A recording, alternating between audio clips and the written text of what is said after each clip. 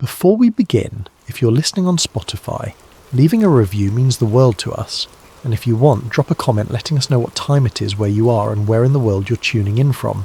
We absolutely love seeing where everyone is listening, and of course, if you enjoy the content, subscribing really helps us keep bringing you these stories. Now let's get into it. They say power whispers, but in the California redwoods, beneath trees that have stood for centuries, power doesn't need to speak at all. It simply gathers and waits. Part 1. The recording. The camera was hidden in a hollowed-out book. Alex had carried it for 3 miles through the forest, his heart hammering against his ribs like a trapped bird. Every snapped twig beneath his boots felt like a gunshot. Every shadow between the towering redwoods seemed to shift and watch. It was mid-July in the year 2000, and Alex Jones had just done something most journalists only fantasized about. He had infiltrated Bohemian Grove. The fence had been easier to climb than expected. No electric wire, no guards with dogs, just chain link and darkness and the smell of California pine heavy in the summer air. He'd studied satellite photos for weeks, memorized the layout, waited until the first night of the encampment when security would be focused inward, not out. The reconnaissance had taken months. Alex had spoken with former employees, kitchen staff who'd signed non-disclosure agreements, maintenance workers who'd seen things they couldn't legally discuss. Each conversation had been careful, coded. One former groundskeeper had drawn a map on a napkin in a diner outside Monterey, then burned it in the ashtray before leaving. Another had simply said, "First Saturday night, after dark, stay in the trees." Now he crouched behind a massive redwood trunk watching. The bark pressed against his back, rough and ancient. Somewhere in the distance an owl, a real one, called out into the night. The sound seemed like a warning. Through the trees he could see firelight, hear voices, low, rhythmic, chanting. The sound rolled through the grove like distant thunder, raising goosebumps along his arms despite the warm night. It wasn't the words that unsettled him. He couldn't make those out yet, but the tone, the unified cadence of dozens of voices speaking as one. He pressed record. The camera captured what most of the world would never see. Dozens of figures in dark robes gathering in a clearing. At the centre stood something that didn't belong in any California forest. A stone owl towering 40 feet high, its blank eyes reflecting the flames below. The owl's face was impassive, carved with an almost Egyptian quality. Ancient, knowing, indifferent to human concerns. The ceremony was called the cremation of care. Alex didn't know that yet. He only knew that some of the most powerful men in America were standing in the darkness, wearing hoods, chanting at a stone idol while something burned in an effigy at its base. The effigy was human-shaped, wrapped in fabric, suspended above the flames by chains. As it burned, the chanting grew louder. His voice echoed across the clearing, amplified, theatrical, speaking in archaic language about casting off the burden of conscience, about freedom from responsibility, about 2 weeks of pure indulgence without guilt. Alex's finger stayed on the record button, even as every instinct screamed at him to run. He filmed for 17 minutes before he heard footsteps behind him. Heavy boots on forest floor, multiple people, moving with purpose. Security had spotted him, or someone had reported movement in the restricted zone. When he finally escaped back over that fence, footage secured, his hands were shaking so badly he could barely drive. His shirt was soaked with sweat despite the cool night air. He didn't stop at the motel where he'd been staying. He drove straight through, 5 hours back to the Bay Area, checking his rearview mirror every 30 seconds. The video would be uploaded within days, and the question it raised was simple, haunting, and impossible to fully answer. Why do the world's most powerful men gather in total secrecy to perform rituals in the woods? Part 2. The beginning. 128 years earlier, in 1872, 5 men sat in a San Francisco tavern and decided to start a club. They were writers, journalists, artists, men who valued culture over commerce, poetry over profit. They called themselves Bohemians, wanderers, freethinkers. people who rejected the rigid social structures of Gilded Age America. The founding members were modest in means but ambitious in spirit. Henry Edwards, a journalist for the San Francisco Examiner. James Bowman, a struggling painter whose landscapes never sold. Joseph Redding, a poet whose work appeared in small literary magazines nobody read. They met in cheap taverns, rented rooms above bakeries for meetings, staged plays in borrowed theatres. The Bohemian Club was born from good intentions. Their motto, borrowed from Shakespeare's A Midsummer Night's Dream, was elegant. Weaving spiders come not here. It meant business and politics were forbidden. Only art mattered, only creativity, only the meeting of minds unchained from the pursuit of wealth. For 27 years it stayed that way. The club met in the city. They performed plays, read poetry, debated philosophy. Membership was exclusive but modest. Journalists who couldn't afford lavish lifestyles, painters who worked in cramped studios, musicians who played for passion instead of pay. Annual dues were kept low deliberately, to ensure artists could afford to participate. Then, in 1899, everything changed. The club purchased 2,700 acres of ancient redwood forest north of San Francisco in Sonoma County. The money came from a wealthy patron, an industrialist, named William Crocker, whose father had built the Central Pacific Railroad. Crocker wasn't an artist, he was a banker, but he appreciated culture, or so he said, and he wanted to support the club's vision. They called it Bohemian Grove. The first summer encampment was held that same year. 2 weeks of camping, drinking, performing plays beneath the trees. Members slept in tents, cooked over campfires, staged elaborate theatrical productions on outdoor stages they built themselves. It was supposed to be an escape, a place where creative souls could breathe. But money always follows beauty, and power always follows money. Within 5 years, the membership had shifted. Bankers joined, claiming an appreciation for the arts. Railroad executives attended performances and asked to become members. Oil magnates from Southern California heard about the Grove and requested invitations. The artists noticed, of course. They complained in private letters, in journal entries that would be discovered decades later. One founding member wrote, "We built a sanctuary from wealth, and wealth has followed us here. They dress as we do, speak as we do, but they are not us. They are tourists in our world." But the club needed money. Maintaining 2,700 acres of pristine forest wasn't cheap, and the wealthy patrons were generous. They funded new cabins, improved facilities, hired staff to manage the property. All they asked in return was membership, access. The artists told themselves it would be fine, that the motto still mattered, that business and politics would still be banned. They were wrong. Part 3. When the poets left. By 1905, the membership roles had shifted completely. Where there had once been struggling writers, there were now railroad tycoons. Where there had been painters, there were now bankers. Industrialists joined, oil magnates, men whose decisions shaped markets, cities, entire regions. The original artists didn't leave immediately. They stayed, watching their club transform around them. Some adapted, finding wealthy patrons among the new members. Others grew bitter, attending less frequently, until they stopped coming altogether. A few died, their obituaries noting their founding membership in the Bohemian Club, a detail that meant less with each passing year. The motto remained the same: "Weaving spiders come not here." But everyone knew it had become a lie. The business deals happened anyway, just quietly.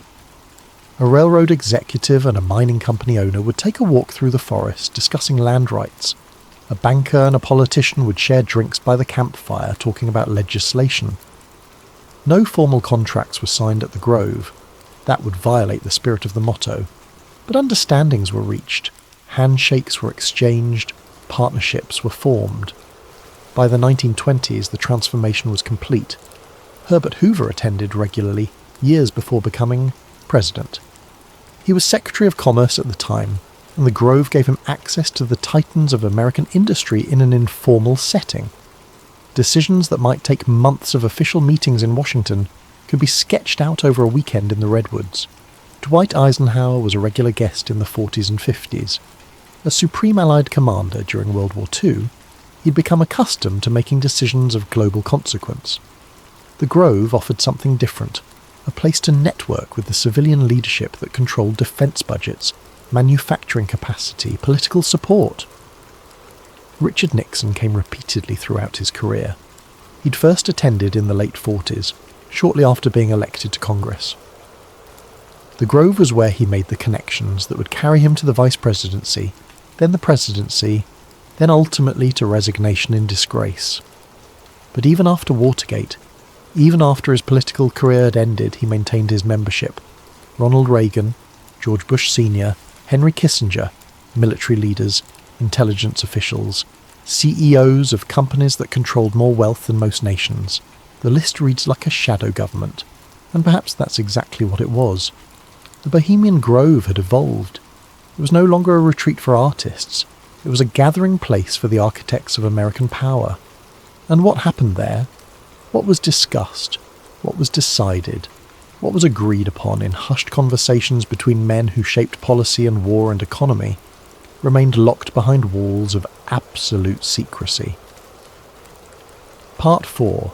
The Manhattan Project. September 1942. The world was at war.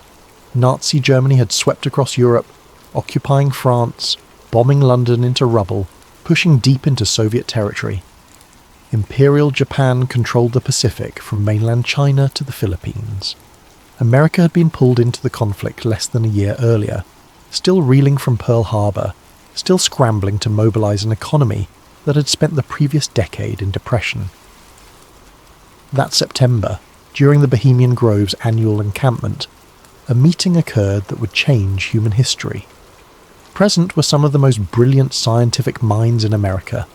Ernest Lawrence, a physicist who had invented the cyclotron and would win the Nobel Prize. J. Robert Oppenheimer, a theoretical physicist from Berkeley who spoke 6 languages and quoted Hindu scripture. Military officials whose names remain partially classified to this day. Men who understood strategy and logistics and the brutal mathematics of total war. The meeting happened in a camp called Chowder and Marching Society. It wasn't a public gathering. No stage, no audience, no theatrical performance. Just a dozen men in a cabin talking late into the night. They drank scotch. They smoked cigarettes. They discussed the possibility of building a weapon unlike anything the world had ever seen. The physics was theoretical but promising. German scientists had discovered nuclear fission in 1938. Jewish physicists fleeing the Nazis had brought that knowledge to America, along with a terrifying certainty. If they could figure out how to weaponize atomic energy, so could Hitler. The question wasn't whether to build a bomb.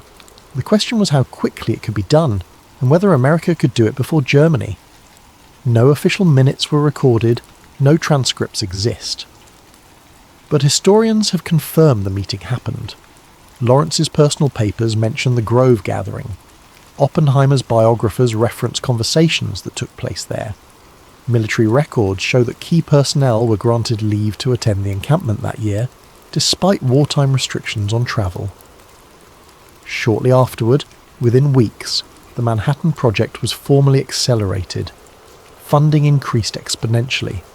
Personnel expanded from dozens to thousands. Facilities were built in secret locations: Oak Ridge, Tennessee, Hanford, Washington, Los Alamos, New Mexico. The secret program to develop atomic weapons shifted into high gear. Conspiracy theorists point to this and ask a simple question. Did they plan the atomic bomb at Bohemian Grove? The answer is more complicated than yes or no. They didn't design the bomb there. The physics was developed in labs, the engineering in Los Alamos, the uranium enrichment in massive facilities that required industrial infrastructure. But the decision to move forward, the political will, the strategic coordination between military and scientific leadership, the allocation of resources on a scale never before attempted, may have crystallized in those private conversations beneath the redwoods. Think about what that means. the most consequential weapon in human history, the device that would kill hundreds of thousands at Hiroshima and Nagasaki, the technology that would define global politics for the next 80 years. Its development may have been accelerated by conversations held at a private men's club, away from congressional oversight, away from public debate, away from any democratic process. No oversight, no press, no records, just power, talking to power, deciding the fate of the world over whiskey and campfire smoke. Part 5. The Owl. The stone owl stands at the edge of a small lake called Mirror Lake, 40 feet tall, carved from concrete and stone, its wings spread wide, its eyes empty and unblinking. The construction is crude by modern standards. The owl looks less like a majestic bird and more like an ancient idol, something that might be discovered in ruins of a forgotten civilization. At its base is a shrine, an altar where the cremation of care ceremony takes place every summer. The ritual happens on the first Saturday night of the encampment. Members are informed of the time through word of mouth. No printed schedules, no announcements. As sunset approaches, men begin gathering at their camps, changing into robes. Each camp has its own colour: red, black, green, brown. The robes are simple, hooded, monastic. By nightfall, hundreds of robed figures form a procession through the trees. They carry torches, real fire, not electric lights. The procession is silent except for the crunch of footsteps on the forest floor and the occasional hoot of an owl in the distance. The path winds through the grove for nearly a mile before reaching Mirror Lake. The owl looms above them, lit from below by carefully positioned floodlights that make it appear even larger, more imposing. The lake reflects everything: the owl, the torches, the gathering crowd, creating the illusion of two ceremonies, one above and one below, mirror images in an ancient rite. When the procession is complete, the ceremony begins. It's elaborate, professionally produced. A sound system hidden in the trees broadcasts music, orchestral, dramatic, specifically composed for this ritual. There's narration delivered by a voice that booms across the water with theatrical gravitas. The narration tells a story. Care, the burden of conscience, arrives at the grove seeking to ruin the members' enjoyment. The owl, representing wisdom, representing the ancient knowledge that transcends human morality, rejects care, condemns it, orders it destroyed. Care is represented by a human-shaped effigy, suspended by chains above a pyre at the owl's base. As the narration reaches its climax, the effigy is lowered into the flames. It burns for several minutes while the robed figures watch in silence. The message is clear. For the next 2 weeks, these men are free from the burden of responsibility, free from guilt, free from the weight of their decisions. Care means worry, responsibility, conscience, guilt. The ceremony represents shedding those burdens. Officially, it's described as harmless theatre, a tradition dating back to the early 1920s, created by a member who was a professional theatre director. A way for powerful men to relax and forget the weight of their decisions. Nothing more than elaborate performance art, a bit of pageantry to mark the beginning of the encampment. But symbolism matters. When you tell the world's most influential leaders that they can, symbolically, ritually, burn away their sense of responsibility, what are you really doing? When CEOs who make decisions affecting thousands of employees watch care burn, what message do they receive? When politicians who control military budgets see conscience destroyed by fire, what permission are they being given? When generals who order troops into combat participate in a ritual that explicitly celebrates freedom from moral burden, what does that say about the wars they'll wage? Are you helping them relax? Or are you giving them permission? The owl is Minerva, they say, Roman goddess of wisdom. The ceremony is about wisdom transcending worry, about strategic thinking unencumbered by emotion. But Minerva was also the goddess of warfare, and wisdom without conscience is just calculation. Part 6. Nixon's Tape. August 1971. President Richard Nixon was in the Oval Office speaking with his Chief of Staff, H.R. Haldeman. The conversation was recorded, as all conversations in Nixon's White House were, captured by the secret taping system that would eventually destroy his presidency. They were discussing the Bohemian Grove. The context is important. Nixon and Haldeman were talking about campaign strategy for the upcoming election. They'd been reviewing potential donors, discussing who to court, who to invite to White House dinners. Someone, the tape doesn't make clear who, had suggested reaching out to Bohemian Grove members. Nixon's response was immediate and visceral. The Bohemian Grove, I won't go into it, but it's the most effing goddamn thing you could ever imagine. The profanity was unusual for Nixon on tape. He cursed occasionally, but this was emphatic, emotional, the kind of language people use when describing something that genuinely disturbed them. He refused to elaborate. The recording cuts to a different topic, something about fundraising in California, details that seemed trivial compared to what had just been said. Whatever Nixon meant, whatever he saw or experienced or understood about the Grove, he never explained publicly. The comment was discovered years later during the Watergate investigation, buried in hours of White House recordings that were being analysed for evidence of obstruction of justice. People still debate what he meant. Was he disgusted by something he witnessed? Nixon had attended the Grove multiple times throughout his political career. He'd participated in the cremation of care ceremony. He'd networked with the members, built the relationships that would carry him to the presidency. But his comment suggested something more than simple distaste for theatre. Was he impressed in a way that troubled him? The phrase, most goddamn thing you could imagine, could mean extraordinary, overwhelming beyond normal experience. Perhaps he'd seen the true extent of the power concentrated in those woods, and it had shaken something in him. Was he horrified? Nixon was many things, calculating, paranoid, ruthless when necessary, but he wasn't immune to moral consideration. The Watergate scandal showed his capacity for wrongdoing, but the tapes also showed a man who sometimes agonized over decisions, who understood the weight of presidential power. Perhaps something at the Grove had crossed a line he didn't want to discuss.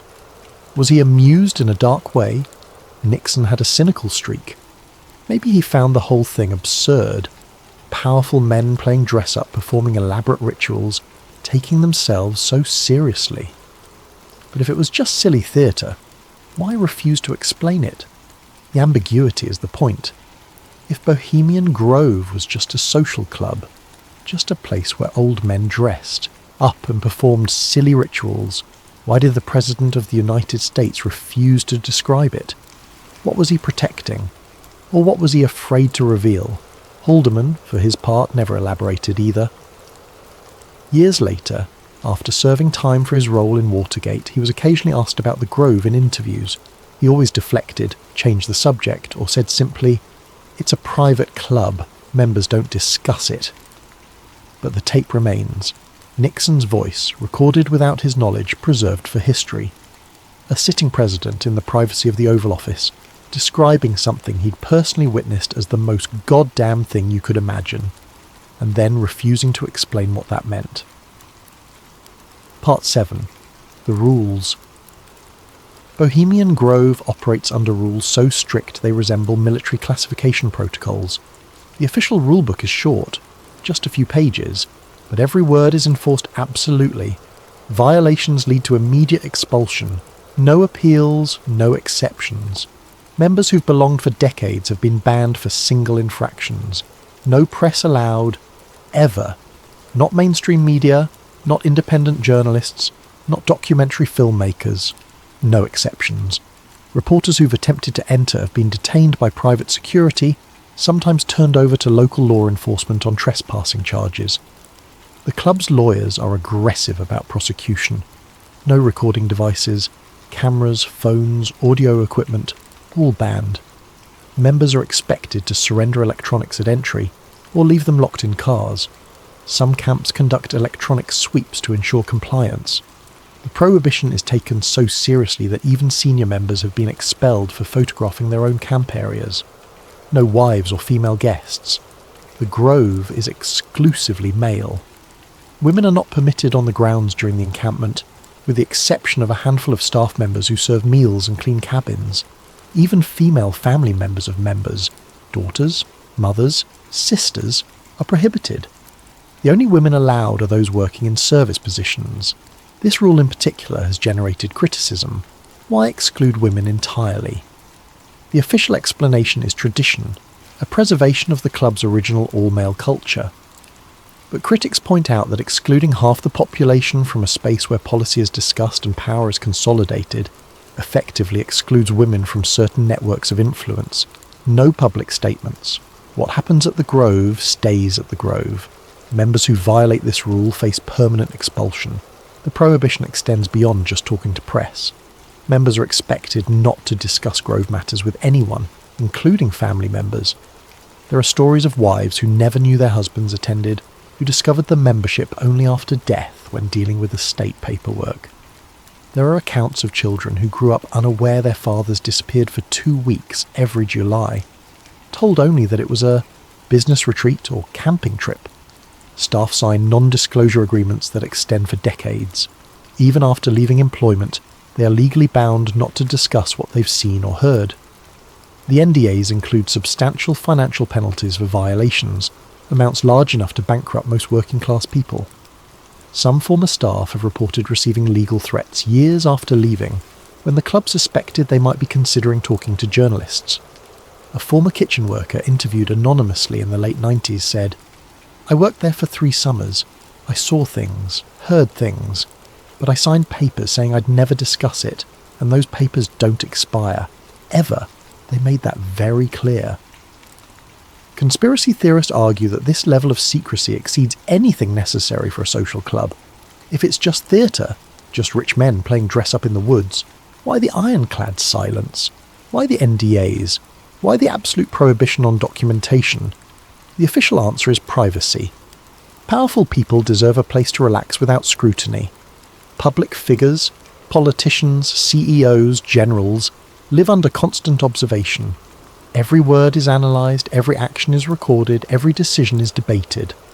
The Grove offers freedom from that burden. A place to be human, to make mistakes, to speak without calculation. That answer would be more convincing if the Grove welcomed documentation that could prove its innocence. If rituals are harmless, why not allow filming? If conversations are purely social, why ban note-taking? If nothing illegal or unethical occurs, why threaten legal action against anyone who discusses what happens there? Privacy and secrecy are not the same thing. Privacy protects individuals from unwanted intrusion. Secrecy protects actions from accountability. The Grove's rules are designed for secrecy. Part 8. The Camps. Bohemian Grove is divided into more than 100 smaller camps, each with its own name, character and membership. Mandalay, Hillbillies, Caveman, Stowaway, Isle of Aves, Silverado Squatters, Lost Angels, Owl's Nest. The names range from whimsical to pretentious, but the hierarchy is real. Some camps are more prestigious than others.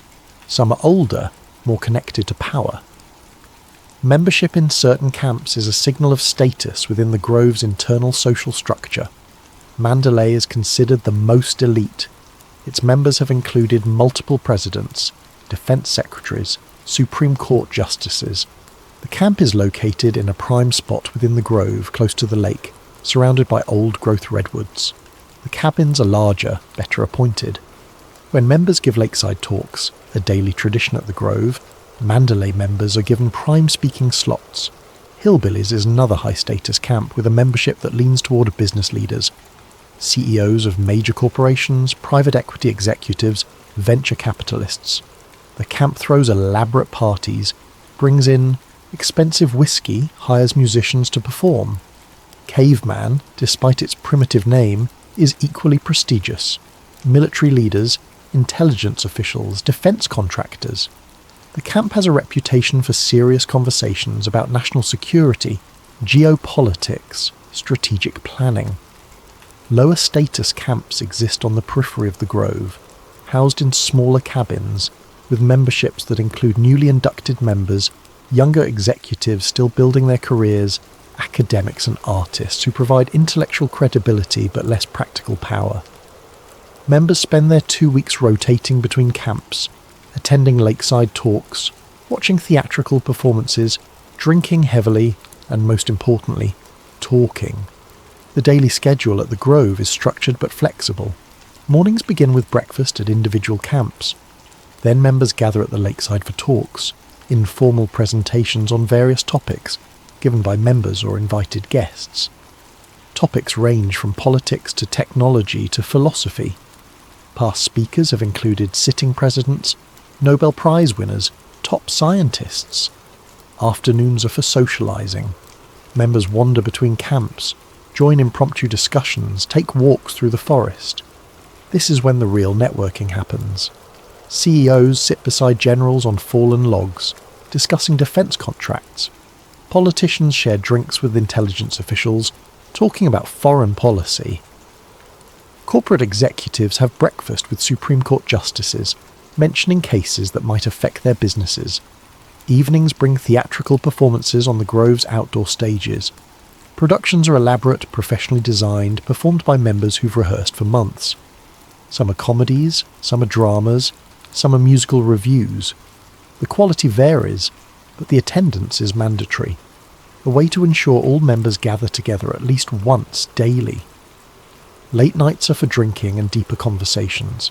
This is when guards are lowered, when the formal structure dissolves, when friendships are cemented and alliances are formed. There are no aides present, no assistants, no one taking notes, no transcripts, no oversight, just conversation. And here's where conspiracy theories find their footing.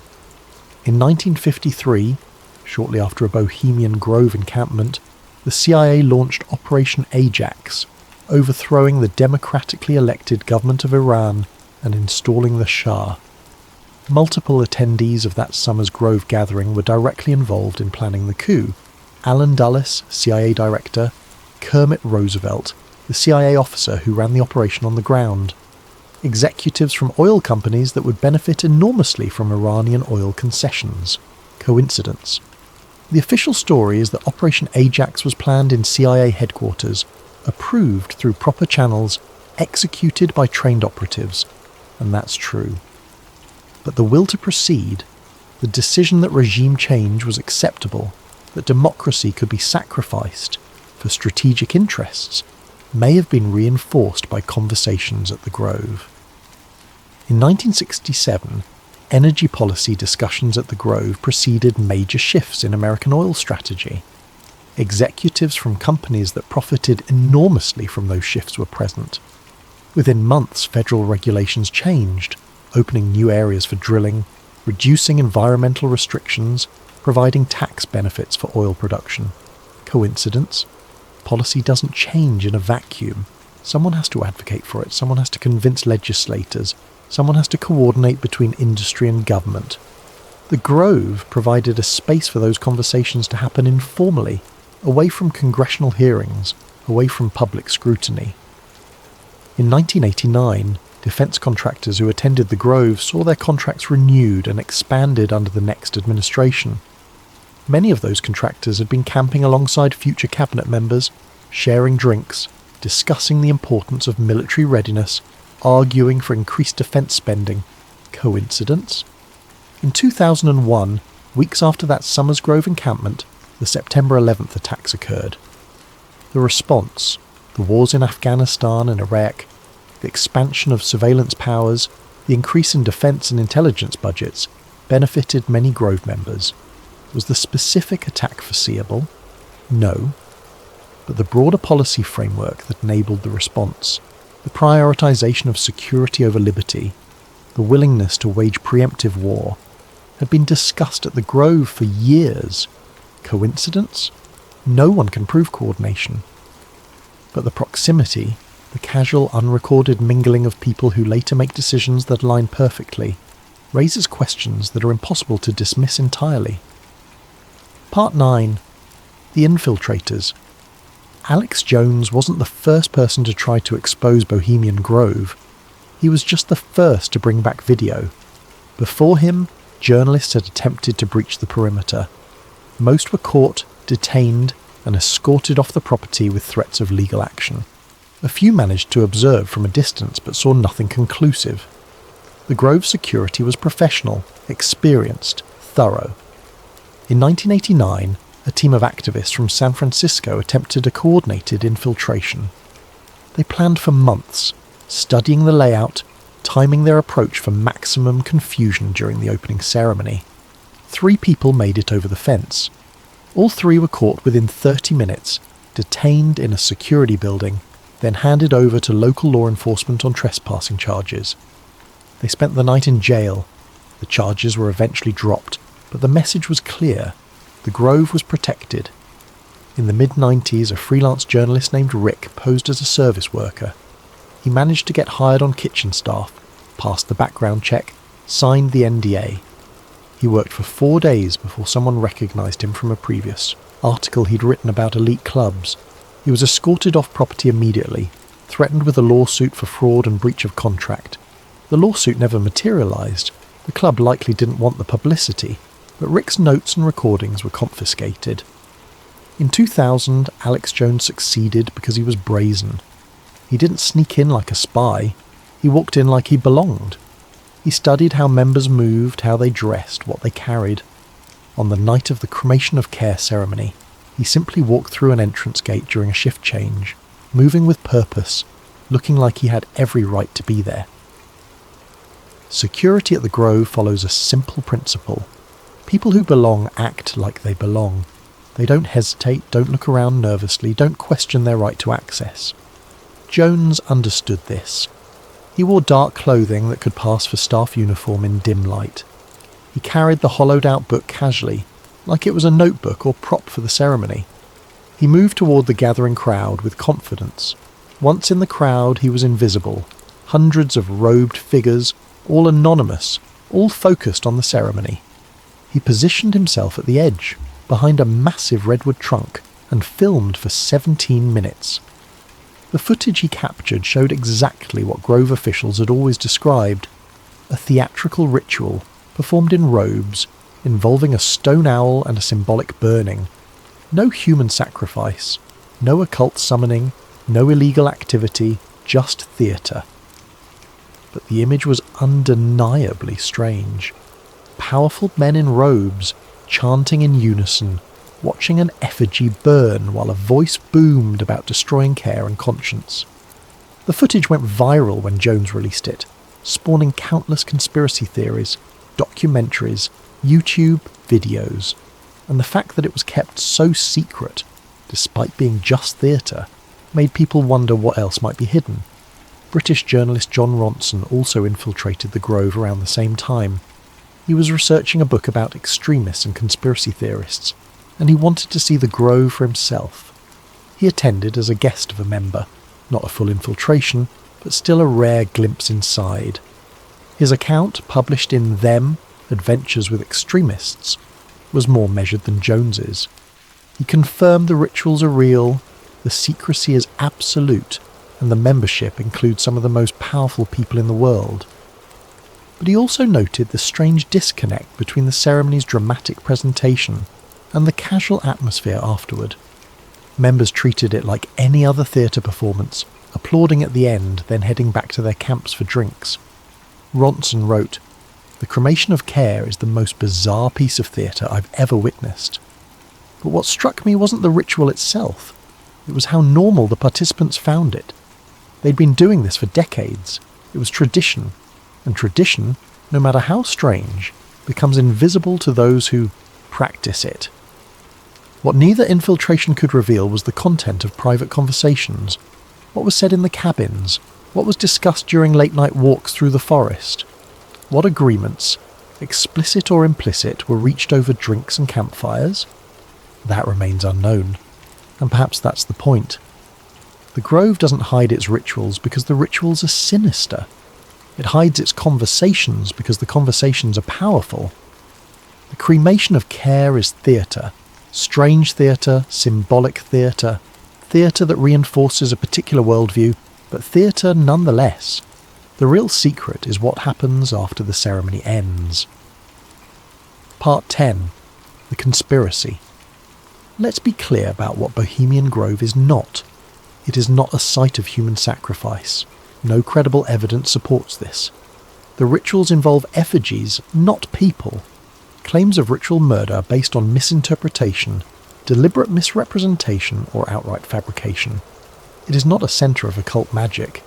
The owl symbolises Minerva, Roman goddess of wisdom. The ceremony is theatrical, not supernatural. There are no spells being cast, no demons being summoned, no supernatural forces being invoked. The participants are powerful, but they're not wizards. It is not illegal. Everything that happens at the Grove, so far as we know, is protected by privacy rights and freedom of association. Wealthy people are allowed to form private clubs. They're allowed to perform strange rituals. They're allowed to network with each other. None of that violates any law. But here's what it might be. A coordination space. A place where people who control industries, governments, and militaries can speak freely, without record, without oversight, and without the constraints of public accountability. Think about how policy normally works in a democracy. Proposed legislation is debated publicly. Congressional hearings are held. Interest groups lobby openly. The press covers developments. Citizens can track how their representatives vote, can pressure them, can vote them out if they disagree with their decisions. But what happens when the people making policy, or influencing those who make policy, can meet privately to coordinate positions before any public process begins? What happens when a CEO and a senator can agree on environmental regulations before any bill is introduced, ensuring the final legislation will benefit the CEO's company? What happens when a general and a defence contractor can discuss weapon systems before any Pentagon procurement process begins, ensuring the contractor's bid will be favoured? What happens when industry executives can brief politicians on their preferred policies, provide talking points, coordinate strategies, all before any congressional debate occurs? That's not illegal. But it subverts the democratic process. It creates a shadow channel where decisions are shaped before the public even knows there's a decision to be made. The Grove provides that channel, a bonding mechanism. Shared rituals create loyalty. When you've stood beside someone in a robe, chanting at an owl statue, you've shared something strange and intimate. That creates trust. That creates obligation. Psychological research on group bonding is clear. Shared experiences, especially unusual or emotionally significant experiences, create strong social ties. Military units use shared hardship to build cohesion. Fraternities use initiation rituals to create loyalty. Religious communities use ceremonies to reinforce belonging. The Bohemian Groves rituals serve the same function. When a CEO and a politician participate in the cremation of care together, they're not just watching theatre. They're engaging in a shared ritual that marks them as part of the same tribe. They're members of the same exclusive club. They've participated in the same strange ceremony. That creates a bond that transcends professional relationships. And bonds create obligations. If you're a senator and you need to make a decision that will affect a company, and the CEO of that company is a fellow Grove member who stood beside you at the cremation of care, that relationship affects your thinking. Not overtly, not through explicit corruption, but through the subtle influence of social connection, a pressure release valve. The cremation of care isn't just symbolic fun, it's a psychological tool. It tells participants they can temporarily shed moral weight. And if you're making decisions that affect millions of lives, that kind of psychological permission might be useful. Consider what these men do in their normal lives. CEOs make decisions that result in layoffs, that prioritise shareholders over workers, that externalise environmental costs onto communities. Politicians make decisions that send soldiers to war, that cut social programs to reduce deficits, that protect certain industries while others struggle. Generals make decisions that result in deaths, enemy deaths, civilian deaths, sometimes the deaths of their own troops. Those decisions have moral weight. Human psychology requires us to either justify those decisions or carry guilt about them. The cremation of care offers a third option: ritualise permission to stop caring, even temporarily, even symbolically. It's not that Grove members are cartoonishly evil, cackling as they burn effigies and plot world domination. It's that they've created a space where moral consideration can be set aside, where strategic thinking can proceed without the burden of conscience, where decisions can be made purely on the basis of power and benefit.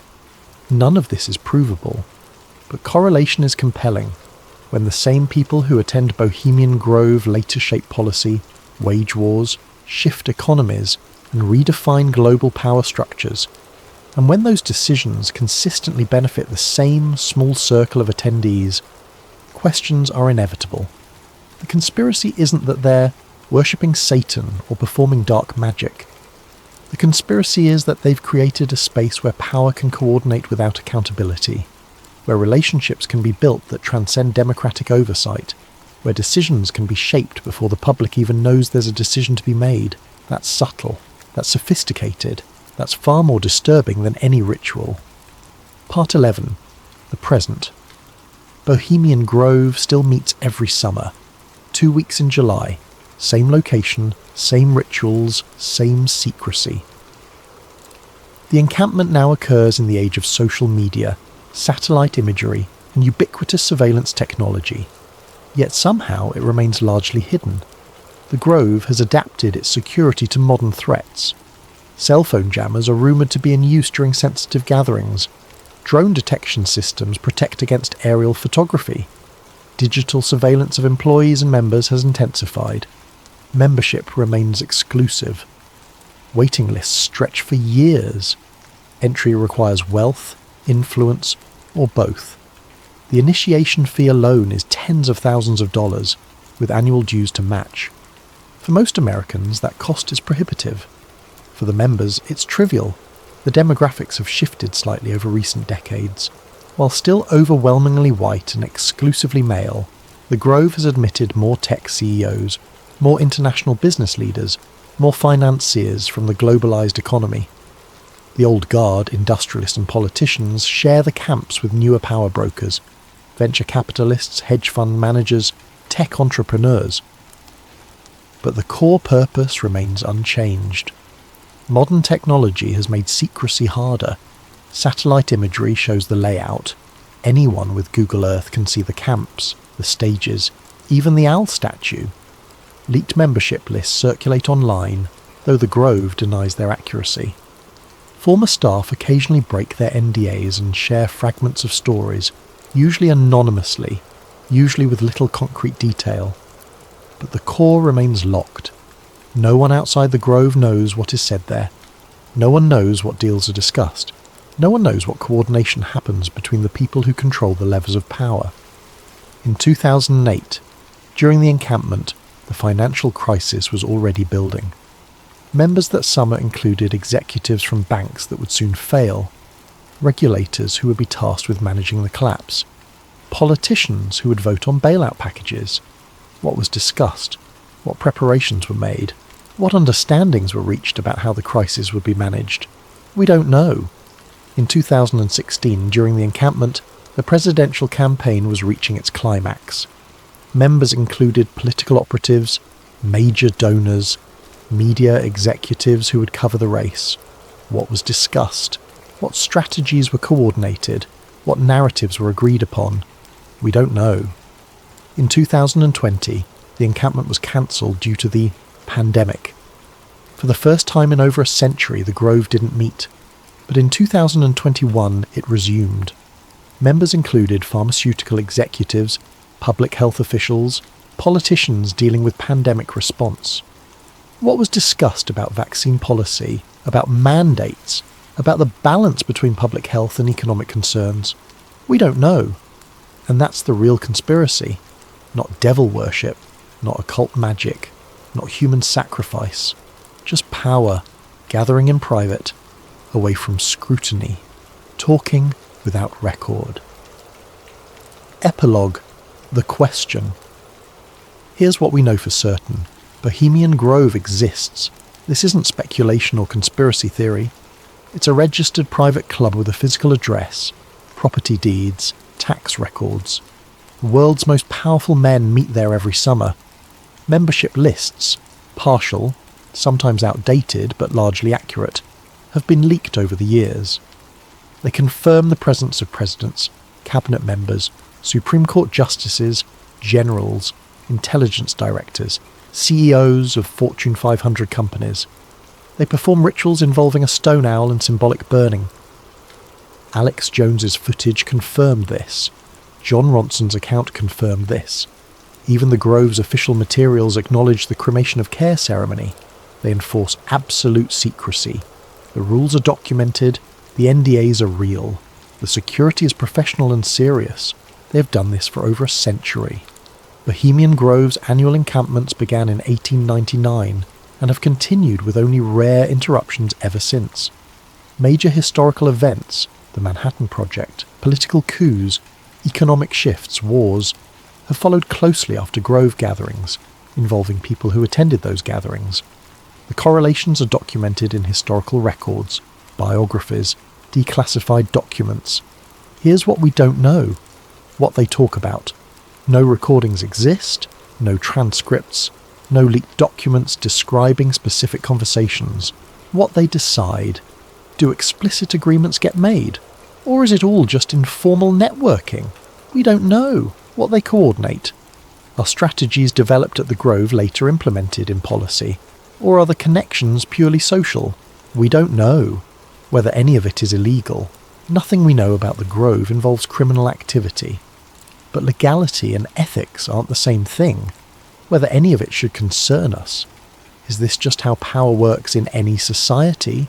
Or is it a subversion of democratic principles? Reasonable people disagree.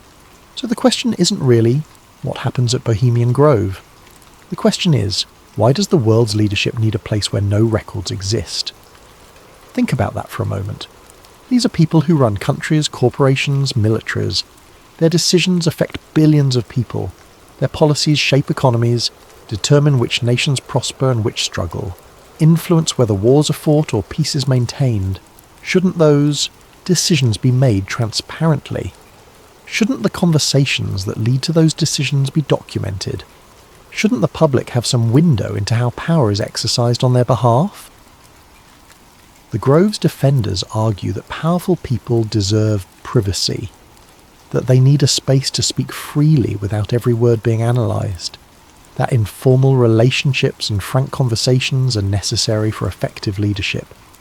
And there's truth in that, but there's also danger in it. Because power without accountability tends toward abuse. Not always, not necessarily. But the tendency is there. Human psychology is clear on this. People in positions of power, insulated from consequences, gradually come to see their own interests and the public interest as identical. The Grove provides that insulation. It creates a space where the powerful can meet without oversight, can form relationships without transparency, can coordinate without accountability. Is it harmless networking? Is it strategic coordination? Or is it a reminder that real power operates best in the shadows, where questions can't be asked, where deals can't be documented, and where the people making decisions that shape our world never have to explain themselves? You decide, because the Grove isn't going anywhere, and neither are the secrets it keeps. Every July they gather, beneath the redwoods, around the owl, away from the world, and we're left outside watching shadows, asking questions, piecing together fragments of truth. Maybe that's exactly how they want it.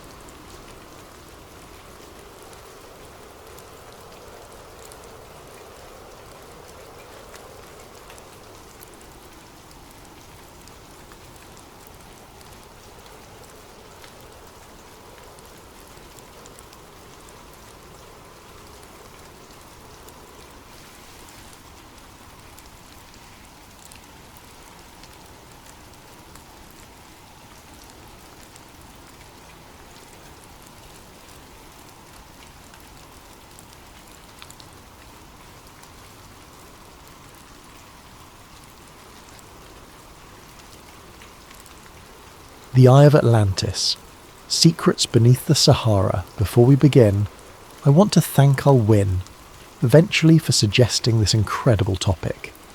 Your curiosity drives us to explore the mysteries that history has buried, and today's story is one that will challenge everything you thought you knew about human civilization.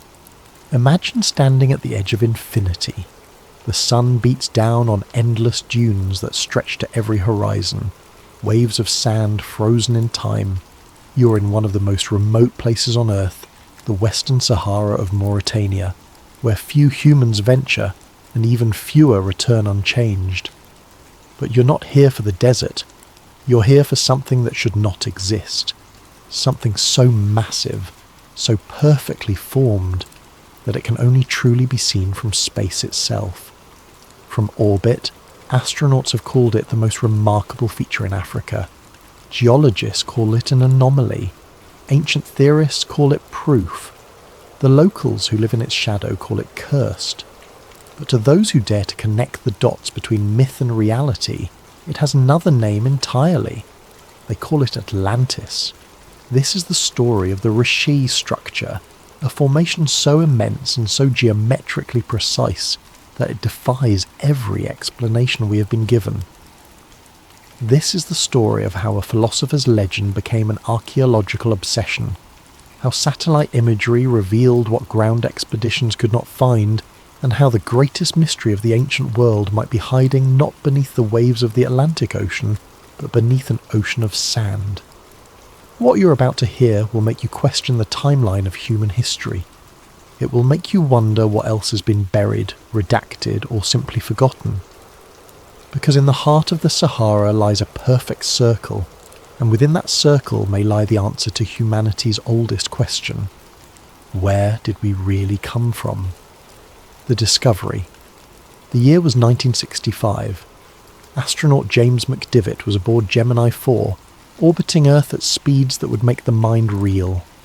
He was supposed to be focused on his mission parameters, on the technical readings and trajectory calculations that kept him alive in the vacuum of space. But something caught his eye through the small window of his capsule, something down on the surface of northwest Africa that made him reach for the camera.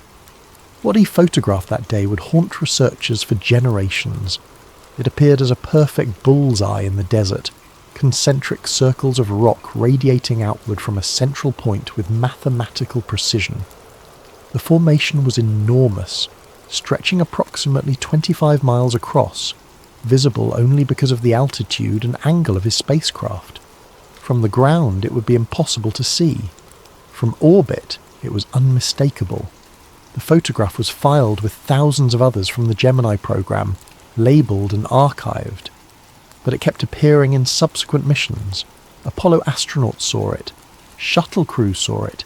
Every single orbital mission that passed over Mauritania captured the same haunting image, a perfect eye staring up from the Sahara. The scientific community took notice. In the early 1970s, the Geological Survey of Mauritania conducted the first detailed mapping expedition to the site.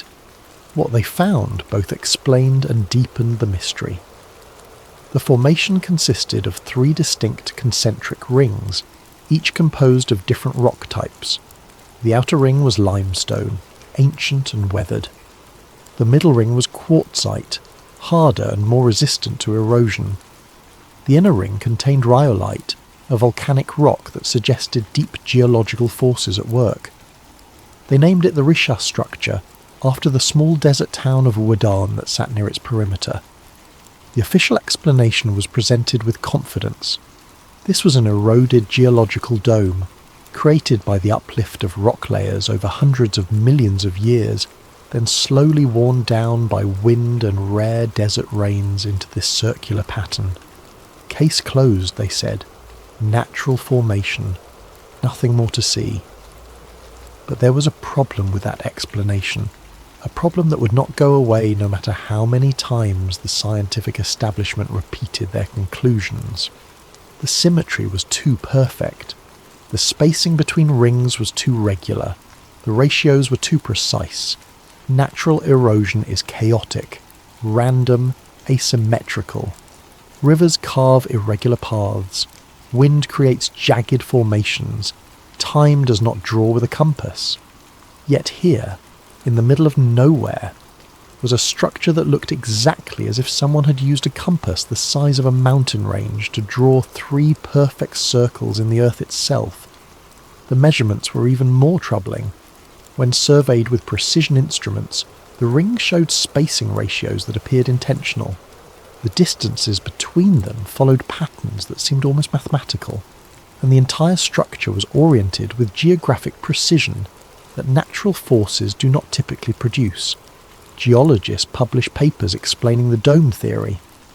They showed diagrams of how uplifted rock could erode into circular patterns under specific conditions.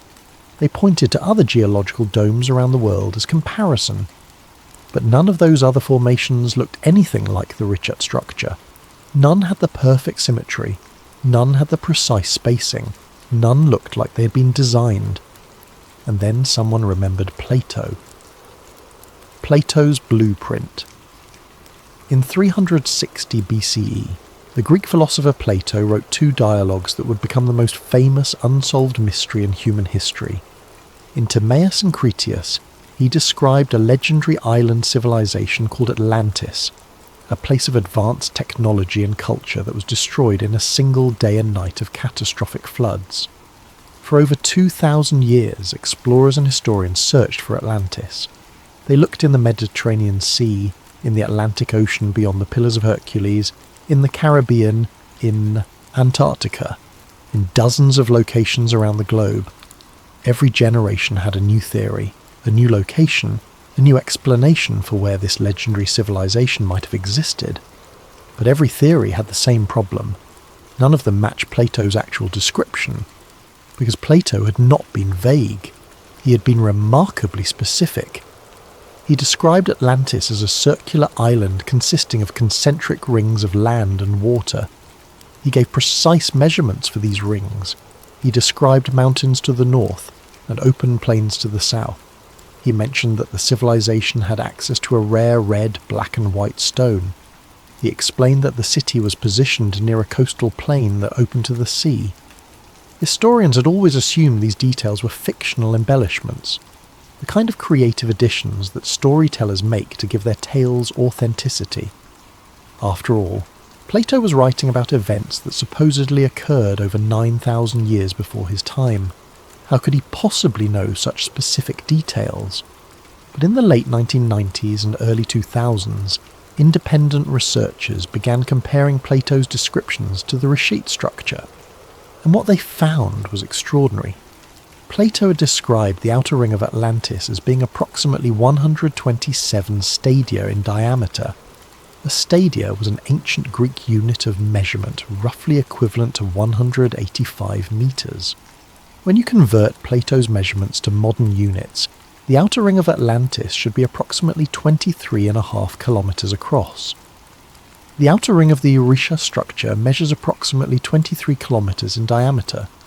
Plato described the spacing between the rings in specific ratios.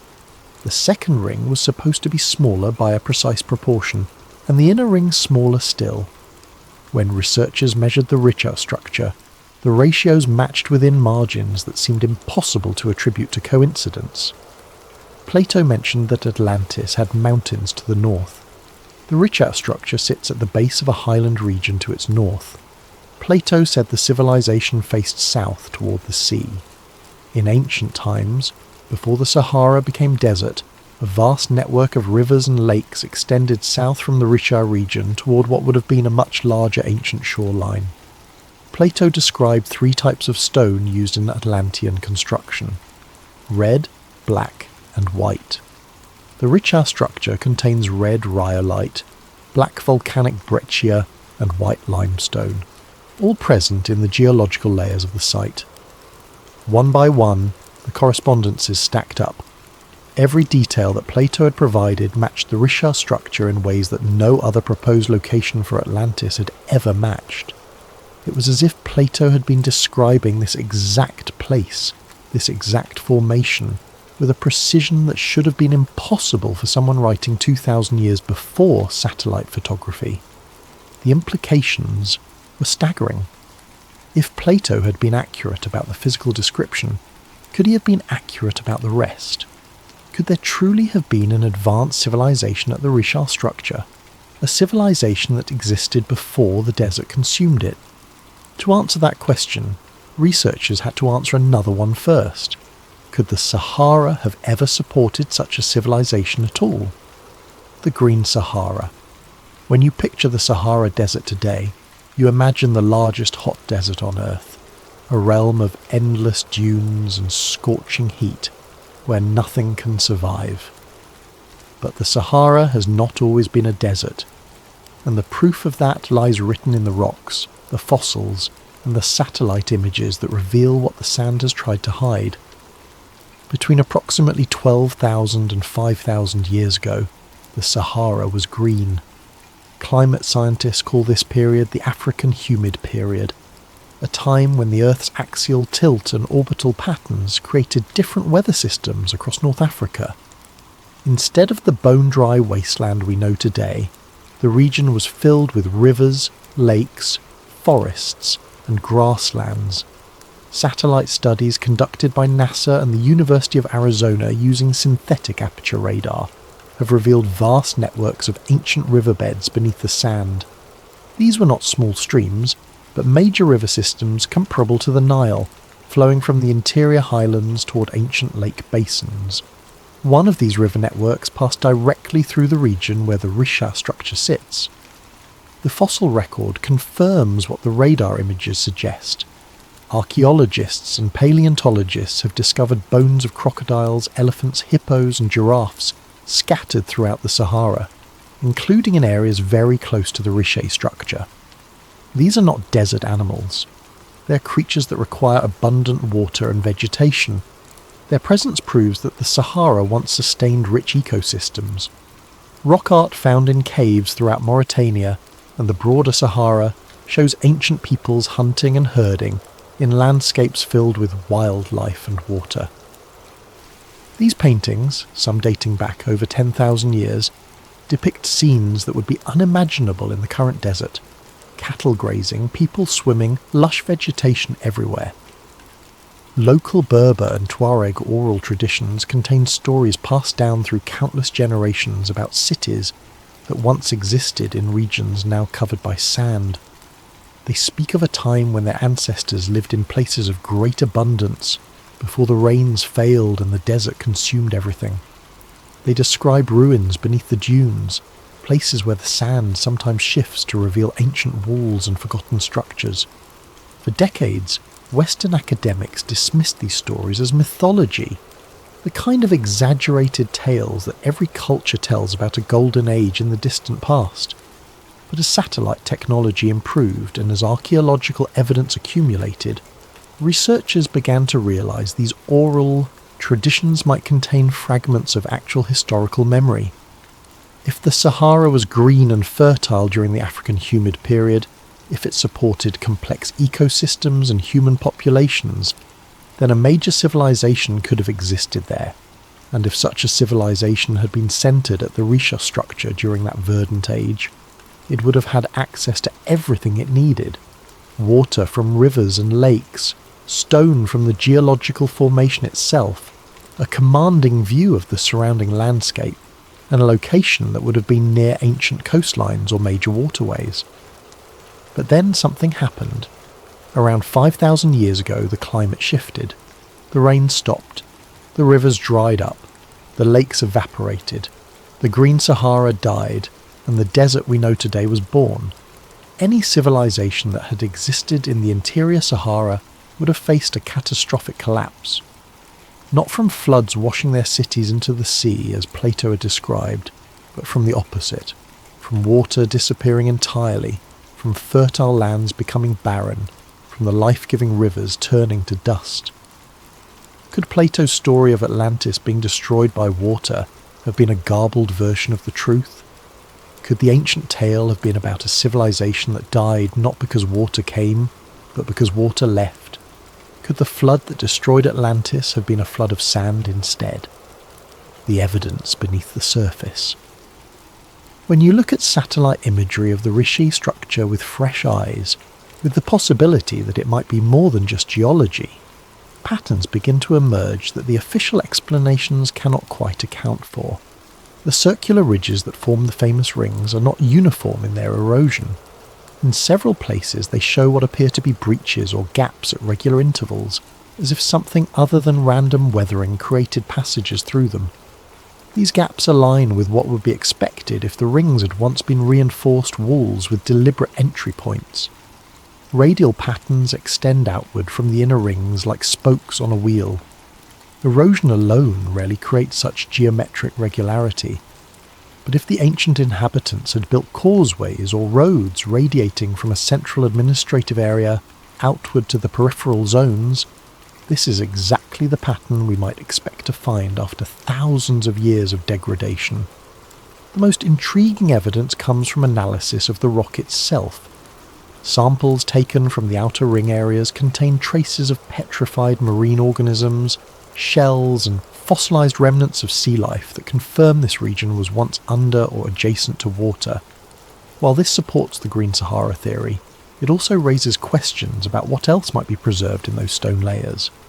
Independent exploration teams who have visited the site report finding tool fragments and stone artefacts in the wadis and depressions around the structure. Some of these artefacts have been carbon dated to over 10,000 years ago, placing them squarely within the time frame when Atlantis was supposed to have existed according to Plato's chronology. Critics immediately point out that finding ancient stone tools in the Sahara is not unusual. Humans have lived in North Africa for hundreds of thousands of years, and stone tools are common throughout the region. These artefacts, they argue, have nothing to do with the Risha structure specifically, and certainly do not prove the existence of an advanced civilization. But proponents counter that the consistency and concentration of findings around the Risha area suggest something more than random hunter-gatherer presence.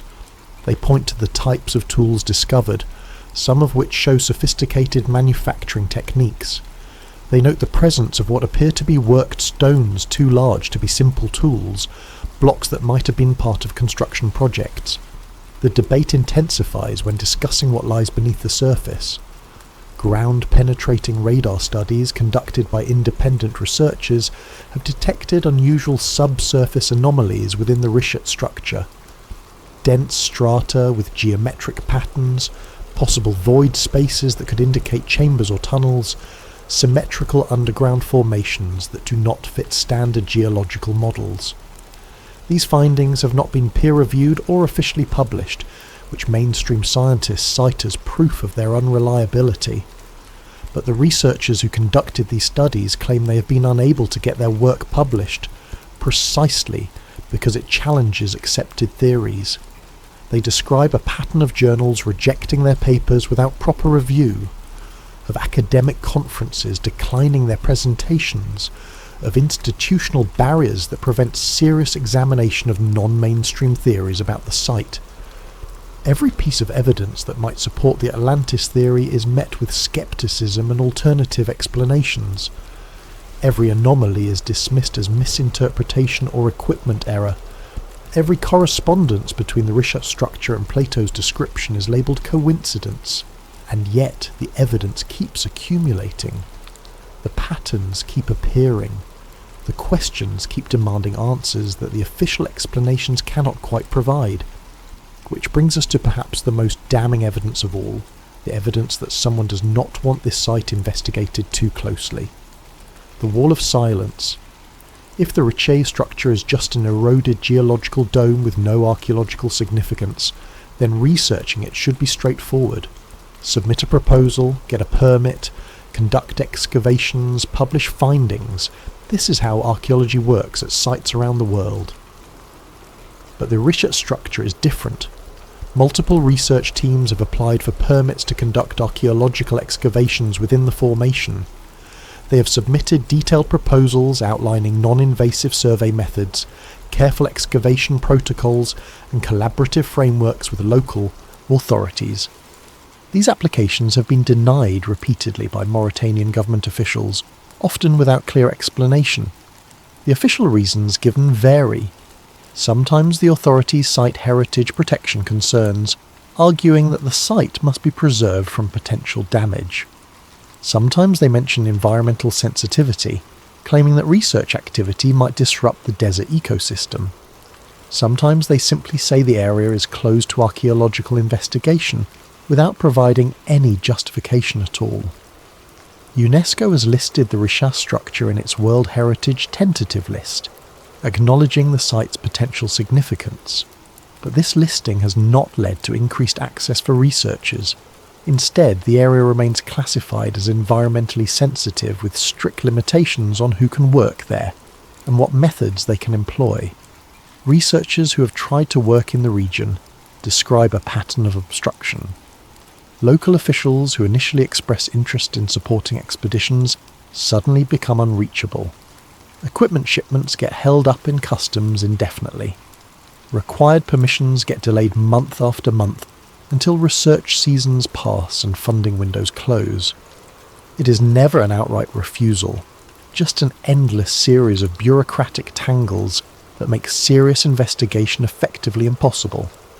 Some Western academics who have expressed interest in Saharan archaeology related to the Risha structure report similar obstacles from their own institutions. Grant proposals get rejected with vague criticisms about methodological concerns. Department heads discourage junior researchers from pursuing these topics, warning that it could harm their careers. Peer reviewers block papers from publication, not because of flawed data, but because of controversial implications. One researcher, speaking anonymously to avoid professional repercussions, described the situation bluntly. When your findings challenge established timelines of civilization, the work simply stops receiving support. They do not say you are wrong. They do not engage with your evidence. They just make it impossible for you to continue. The phrase they use is methodological inconsistency, but everyone knows what it really means. Stop digging. This pattern of obstruction extends even to remote sensing data. Several researchers report that high-resolution satellite imagery they had been using for analysis suddenly became restricted or degraded in quality. Digital elevation maps that showed detailed topography of the Risha structure mysteriously disappeared from open archives. Ground-penetrating radar data that had been collected vanished from institutional databases. When questioned about these missing data sets, authorities offer technical explanations: routine data management, updated privacy protocols, licensing restrictions. But the consistency of the pattern is hard to ignore. Data that might support non-mainstream theories about the site becomes unavailable, while data that supports conventional geological explanations remains readily accessible. The silence extends to the media as well. Major documentaries about ancient mysteries and lost civilizations routinely cover the Atlantis legend, but they rarely spend significant time on the Risha structure despite its remarkable correspondences with Plato's description. When it is mentioned, it is usually dismissed quickly with the standard geological explanation, before moving on to more sensational but less evidentially supported locations. Why would so many institutional barriers exist around a site that is supposedly just an eroded rock formation? If there is nothing there, why prevent serious investigation? If the geological explanation is correct, why not allow research that would conclusively prove it and put the Atlantis theories to rest? The refusal to allow thorough investigation becomes its own form of evidence. The silence screams louder than any artifact could. The global pattern. The story of the Risha structure does not exist in isolation. Around the world, researchers have identified other sites with striking similarities: massive stone constructions of uncertain age, precisely aligned with astronomical or geographic markers, built with techniques that seem impossibly advanced for their supposed time periods. On the Mediterranean island of Malta, prehistoric temples display architectural sophistication that mainstream archaeology struggles to explain. These structures feature precisely cut megalithic blocks, some weighing over 50 tons, fitted together with remarkable precision. Carbon dating places some of these temples over 5,000 years old, making them older than the Egyptian pyramids and contemporary with the Green Sahara period. In Bolivia, the site of Pumapunku contains stone blocks with perfectly smooth surfaces and complex geometric cuts that would challenge modern manufacturing. The blocks show evidence of advanced stoneworking techniques, possibly even machine precision. The ruins include megalithic platforms and structures arranged in geometric patterns. Mainstream dating places the site at around 1500 years old, but some researchers argue the stonework could be much more ancient, citing evidence of weathering patterns and astronomical alignments. In the Azores, underwater formations off the coast have been identified by some researchers as possibly artificial structures, though this remains highly controversial.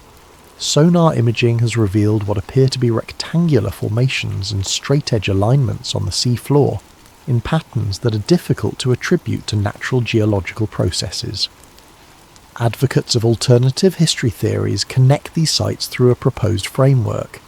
An ancient maritime civilization that existed during the late Ice Age and early post-glacial period, before conventional timelines placed the rise of complex societies. This civilization, they argue, was centered in regions that are now underwater or desert, regions that were habitable and even thriving during the different climate conditions of that era. The Younger Dryas event provides a potential mechanism for this civilization's destruction. Between approximately 12,800 and 11,600 years ago, Earth experienced a rapid cooling period that disrupted ecosystems worldwide. Sea levels rose as ice sheets melted and reformed in complex patterns. Coastlines changed dramatically. What had been fertile lowlands became ocean floor. What had been verdant landscapes became frozen or dried wastelands. If an advanced civilization had developed during the warmer period before the Younger Dryas, centered in coastal regions and river valleys, the climate catastrophe would have destroyed most traces of their existence. Coastal cities would have been submerged by rising seas. Interior settlements would have been abandoned as water sources disappeared. The survivors would have scattered to regions where they could still find resources, carrying with them fragmentary memories of what had been lost. This theory would explain why so many ancient cultures around the world have flood myths, why they describe lost golden ages, why they speak of advanced ancestors whose knowledge has been forgotten. It would explain the mysterious megalithic sites that seem too sophisticated for their supposed time periods. They might be remnants or echo constructions of that earlier lost civilization. The Risha structure fits perfectly into this framework. Positioned in what was once a green and fertile region, surrounded by rivers and possibly near an ancient inland sea, it would have been an ideal location for a major city during the Green Sahara period. As the climate changed and the desert advanced, the city would have been abandoned, its inhabitants dispersing to other regions, carrying stories of the great circular city they had left behind. Those stories would have travelled through generations, distorted and mythologized over thousands of years, until they reached Plato in ancient Greece as the legend of Atlantis, a great circular city destroyed by catastrophe, remembered in fragments, lost to time. Mainstream archaeology rejects this framework entirely, pointing to lack of physical evidence, problematic dating methods used by alternative researchers, and the tendency of pseudo-archaeology to connect unrelated sites through superficial similarities. They argue that advanced civilizations leave unmistakable traces, monumental construction, widespread artifact distributions, clear evidence of complex social organization. None of this has been found in the Sahara or in supposed Ice Age contexts. But the alternative researchers counter that absence of evidence is not evidence of absence, especially when large parts of the potential sites have never been thoroughly investigated. They point to the institutional barriers that prevent such investigation, and they ask why so much resistance exists if there is truly nothing to find. The debate continues, with neither side willing to concede ground. And in the centre of it all, the Risha structure remains, a perfect circle in the sand, waiting for someone to prove what it really is. The conspiracy deepens. In the age of the internet, information spreads in ways that were impossible in previous generations. Amateur researchers, armed with nothing more than freely available satellite imagery and persistent curiosity, began examining the Richer structure with fresh eyes in the early 2000s. What they discovered sparked a wave of conspiracy theories that continue to proliferate across online forums and video platforms. Several researchers noted that certain sections of satellite imagery covering the Richer structure appeared degraded or artificially blurred in ways not consistent with normal image processing.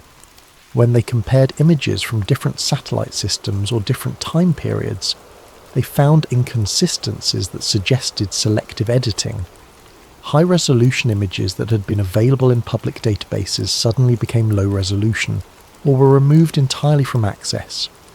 When questioned, satellite imaging companies and government agencies provided technical explanations: routine quality control, updated privacy standards, licensing restrictions from host countries. But the pattern was suspicious. Why would anyone care about privacy or image quality for a remote desert location with no military or commercial sensitivity? Deeper digging revealed another layer. Declassified intelligence documents from the Cold War era, released through various Freedom of Information requests, contained references to survey operations in Mauritania during the 1950s and 60s. Some of these documents mentioned the Richer structure specifically, noting it as a landmark for navigation and reconnaissance operations. But other documents, heavily redacted, reference something more intriguing: field stations established near the formation, geological surveys conducted under intelligence oversight, and notations about subsurface anomalies that warranted further investigation. The details were blacked out, but the implications remained visible between the redactions. Why would intelligence agencies have taken interest in a geological formation in the middle of the Sahara Desert? During the Cold War, resources were precious and operations were focused on strategic value.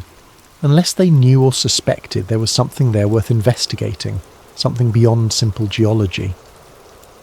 The conspiracy theories grew more elaborate.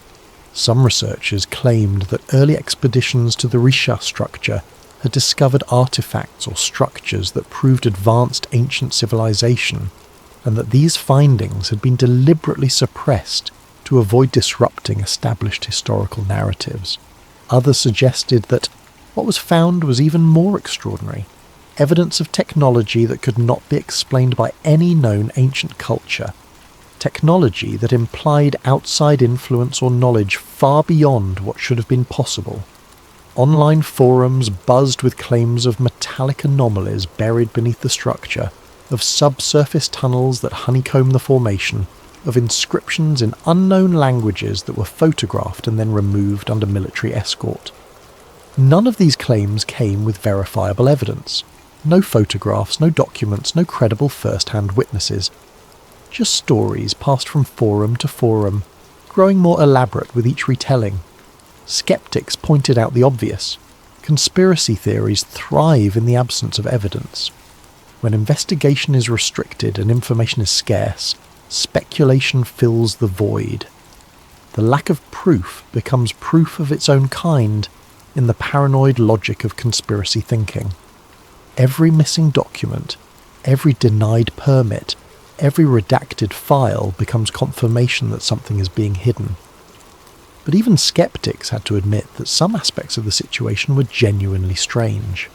The satellite image irregularities could be verified by anyone with access to multiple imaging databases. The declassified intelligence documents were real, even if their meaning was unclear. The consistent denial of archaeological permits was documented and unexplained.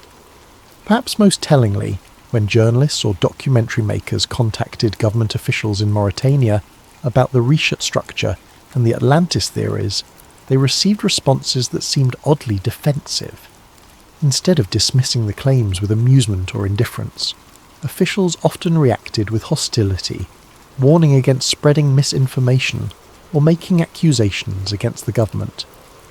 Why would bureaucrats care so much about a fringe theory unless there was something they wanted to protect? The conspiracy theories even extended to international organisations. Some researchers claimed that UNESCO and other heritage bodies were deliberately keeping the Richer structure in bureaucratic limbo, neither officially investigating it nor allowing others to do so. This kept the site in a permanent state of uncertainty, preventing any conclusions that might be controversial. Digital suppression became another layer of the conspiracy. Researchers reported that detailed LiDAR scans and ground-penetrating radar data they had collected at the site were mysteriously deleted from cloud storage services or corrupted in ways that made recovery impossible. When they accused tech companies or government agencies of interference, they were told it was random data loss or user error, but too many researchers had the same experience for it to be coincidence. Internet forums began referring to the Richer structure as the most geo-fenced archaeological site on Earth, suggesting that powerful interests were using technology to control information flow about the location. Every time a particularly compelling piece of analysis or evidence appeared online, it would be flagged, disputed, or buried in search rankings until it became effectively invisible. Whether any of this represented real suppression or simply the natural friction between fringe theories and mainstream academia remained impossible to prove. But the perception of conspiracy was undeniable, and in the modern information landscape, perception often matters more than reality. The mystery had taken on a life of its own, independent of whatever truth might exist in the Saharan sand. The revelation that vanished. In recent years, advances in remote sensing technology have given researchers tools that previous generations could only dream of. LiDAR, light detection and ranging, can penetrate vegetation and see ground features invisible to normal observation. Ground-penetrating radar can reveal subsurface structures without disturbing the Earth. These technologies have revolutionized archaeology, discovering lost cities in jungles and hidden ruins beneath modern developments. Several independent research teams acquired access to this technology and turned their attention to the Richer structure. What they found reignited the entire debate about the site's origins. LiDAR mapping of the formation revealed features that were not visible in standard satellite imagery. Linear formations beneath the sand extending from the rings outward in radial patterns, too regular to be natural water channels. Rectangular anomalies in areas between the major rings, possibly indicating buried structures. Subsurface density variations that suggested human modification of the landscape. Ground-penetrating radar detected what appeared to be cavities and dense strata at depths, consistent with construction rather than geological formation. The patterns showed symmetry, an organisation that geological processes do not typically create. In several locations, the radar returns indicated possible walls or foundations beneath meters of accumulated sand and sediment. The researchers released their preliminary data online, posting detailed images and analysis to open access platforms. The response was immediate and overwhelming. Researchers, enthusiasts, and curious observers from around the world began examining the data, offering interpretations and additional analysis. The conversation exploded across social media and academic forums.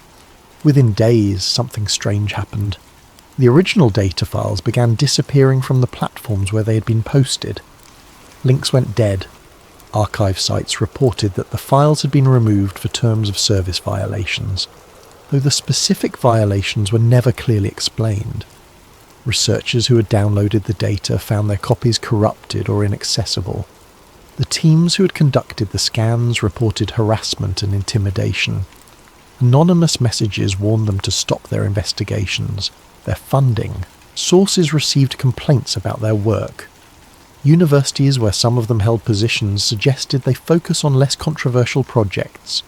The pressure came from multiple directions simultaneously, creating an environment where continuing the research became professionally and personally risky. New restrictions appeared on access to remote sensing data for the region. Satellite imaging companies updated their terms of service to restrict use of their data for certain types of analysis in designated sensitive areas. The Riyat structure was added to these restricted zones. Anyone requesting high-resolution imagery or attempting to use advanced analytical tools for the site found their access blocked or their results flagged for review. Digital elevation maps that had shown the detailed topography of the formation, maps that had been publicly available for years, suddenly vanished from open archives. The organisations that hosted these datasets claimed they were undergoing routine updates, or that licensing agreements had changed, but the maps never returned. What had once been freely accessible scientific data became unavailable, forcing researchers to rely on older, lower resolution alternatives. The accusations of digital suppression grew louder. Researchers claimed that international heritage agencies, possibly under pressure from the Mauritanian government or other interests, were actively scrubbing the internet of information that might support non-mainstream theories about the site. They documented patterns of content removal, search result manipulation, and access restrictions that went far beyond normal data management practices. Defenders of the organisations involved pointed out that data management decisions are complex, driven by multiple factors including privacy concerns, international agreements, and resource limitations. They argued that seeing conspiracy in routine bureaucratic actions was paranoid and counterproductive. If researchers wanted access to better data, they should work through proper channels rather than complaining about censorship. But the proper channels led nowhere. Applications for data access were denied or delayed indefinitely. Requests for clarification about policies went unanswered. The system seemed designed to prevent investigation rather than facilitate it. The situation created a paradox. The very restrictions and suppressions that alternative researchers complained about became evidence supporting their theories, while also making it impossible to gather the proof that would definitively settle the question. If the data showed nothing interesting, why restrict it? If the site was just geology, why fear investigation? The vanished revelation, data that existed briefly and then disappeared, became more powerful as a legend than it might have been as evidence. Every attempt to suppress information about the Risha structure only increased interest in what might be hidden there. And through it all, the formation itself remained unchanged, a circle of stone in an ocean of sand holding its secrets close. The legacy of the eye. More than 2,000 years after Plato wrote about Atlantis, we find ourselves no closer to definitive answers. The story has taken us from ancient Greek philosophy to Cold War intelligence operations, from geological surveys to conspiracy theories, from satellite imagery to digital suppression. Every answer raises new questions. Every piece of evidence admits multiple interpretations. The Risha structure may be exactly what mainstream science says it is, a fascinating but entirely natural geological formation, an eroded dome that coincidentally happens to match some details of a mythical city described by a philosopher who had no way of knowing about it. The correspondences could be nothing more than coincidence, the patterns nothing more than pareidolia, seeing meaning where none exists. Or it could be something else entirely. It could be the final resting place of humanity's first great civilization, a city that thrived during the Green Sahara period, a place of learning and culture that was abandoned when the climate shifted and the desert consumed everything. The stories of that city could have survived as oral tradition for thousands of years, passed from generation to generation until they reached Plato as the legend of Atlantis. The truth may lie somewhere between these extremes. Perhaps there was a settlement at the Risha structure during the African humid period, nothing as grand as Plato described, but significant enough to leave memories. Perhaps the geological formation inspired myth-making among ancient peoples, who saw it and tried to explain its perfect circles. Perhaps Atlantis is real in the sense that all myths are real, containing kernels of truth wrapped in layers of embellishment. What we know for certain is that the questions remain unanswered. The restrictions on research continue. The data stays suppressed or unavailable. The official explanations satisfy some, but leave others skeptical. The conspiracy theories proliferate in the vacuum of hard evidence. The Risha structure forces us to confront uncomfortable possibilities about our own history. How much have we forgotten? How many civilizations rose and fell before the ones we acknowledge as the first? How much of what we call myth might be distorted memory of real events? We live in an age when we can photograph the surfaces of distant planets in extraordinary detail, yet we cannot seem to properly investigate a formation on our own world. We can decode ancient DNA and peer inside pyramids with cosmic rays, yet we cannot get permission to dig in a Saharan rock formation. The contradiction reveals something about how knowledge is controlled, how narratives are protected, how certain questions are discouraged even in an age that claims to celebrate scientific inquiry. Perhaps the greatest mystery of the Rishi structure is not what it is, but why we're not allowed to find out. Every barrier to investigation, every missing data set, every denied permit becomes part of the story. The structure itself may be silent stone, but the silence around it speaks volumes. If there is nothing there, prove it. If it is just geology, demonstrate it conclusively. Open the site to thorough archaeological investigation. Release the data. Allow the research. Let the evidence speak for itself. If the Atlantis theories are wrong, serious investigation will prove it and put the matter to rest. But that is not what happens. Instead, we get obstruction, suppression, and silence. We get bureaucratic barriers and digital disappearances. We get warnings to stop asking questions and suggestions that certain topics are best left alone. Why? That single question hangs over the entire mystery. Why does anyone care what researchers conclude about a remote geological formation? Why do authorities react defensively to theories about ancient civilizations? Why are resources dedicated to controlling information about a place that supposedly has no significance? The answer may be simpler than any conspiracy theory suggests.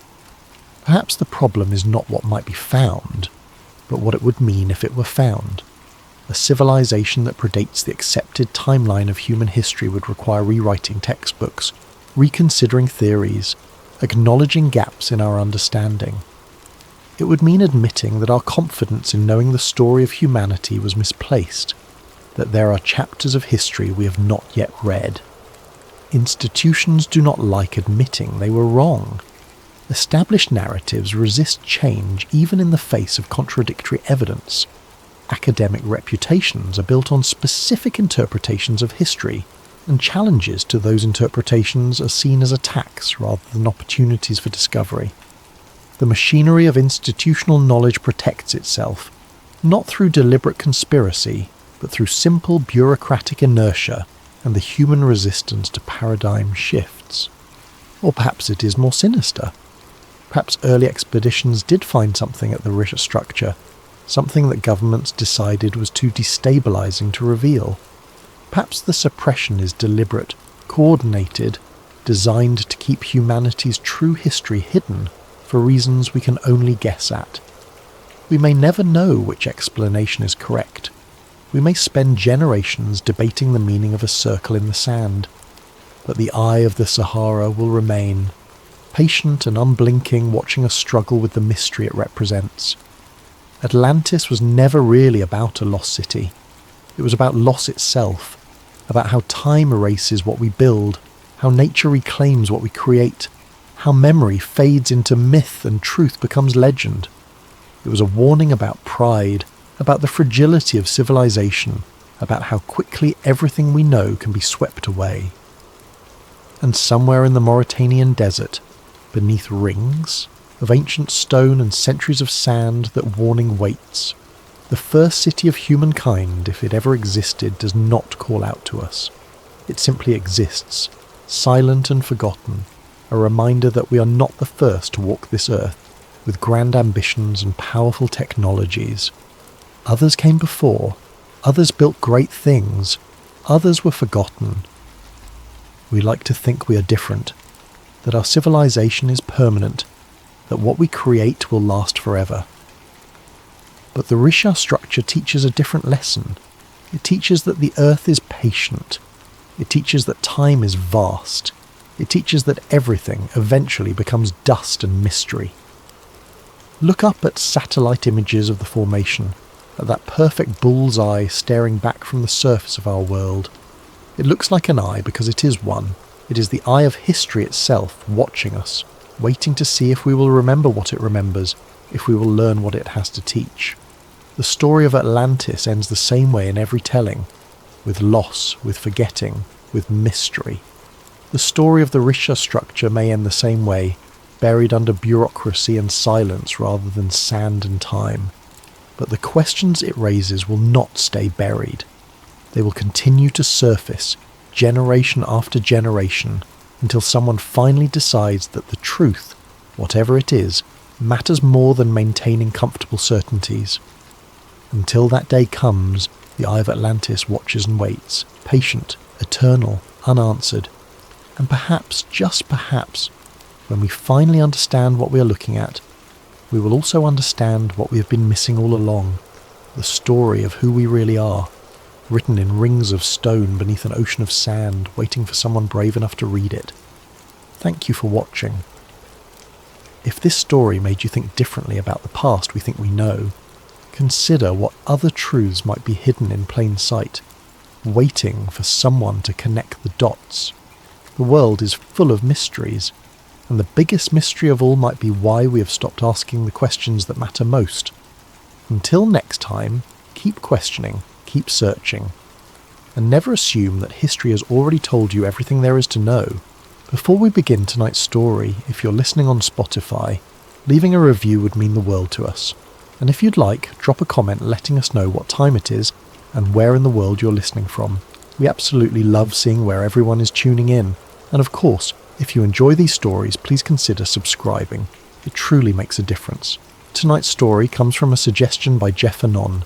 Thank you, Jeff, for bringing this incredible mystery to our attention. Now, let's begin. The Vela Incident, the nuclear flash that officially never happened. September 22nd, 1979, 3:53 in the morning, Coordinated Universal Time, the southern Indian Ocean near the Prince Edward Islands.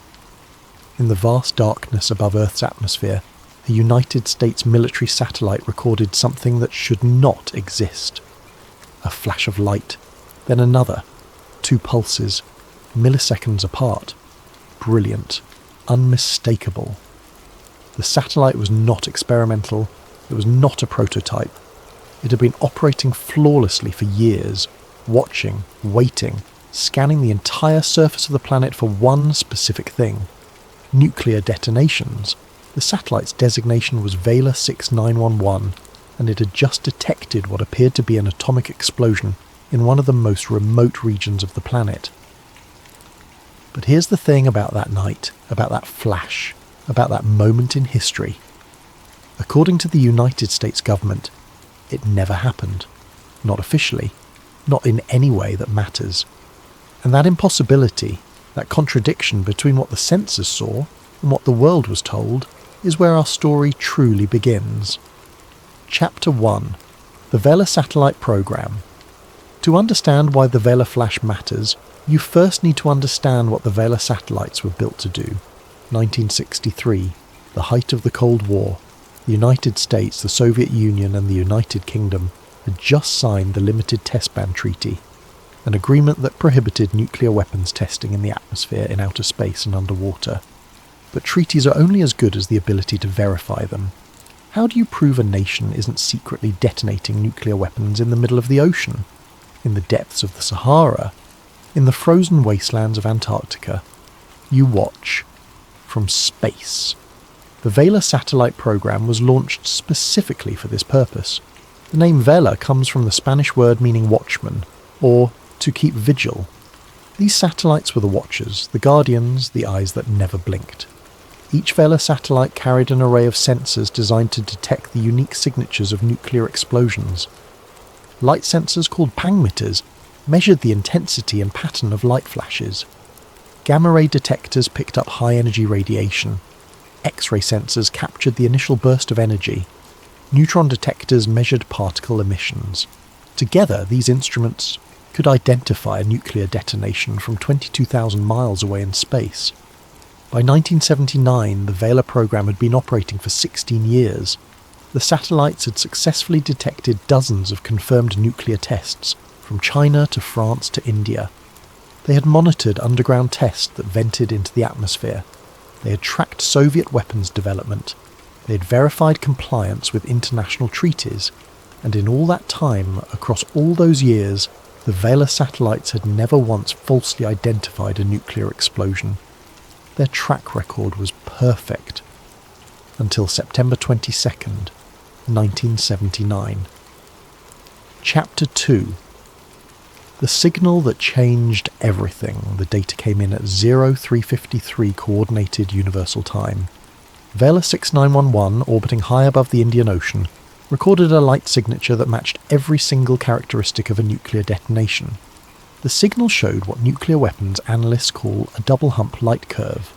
First flash, the initial detonation, the moment the nuclear reaction begins and releases an enormous burst of light and energy.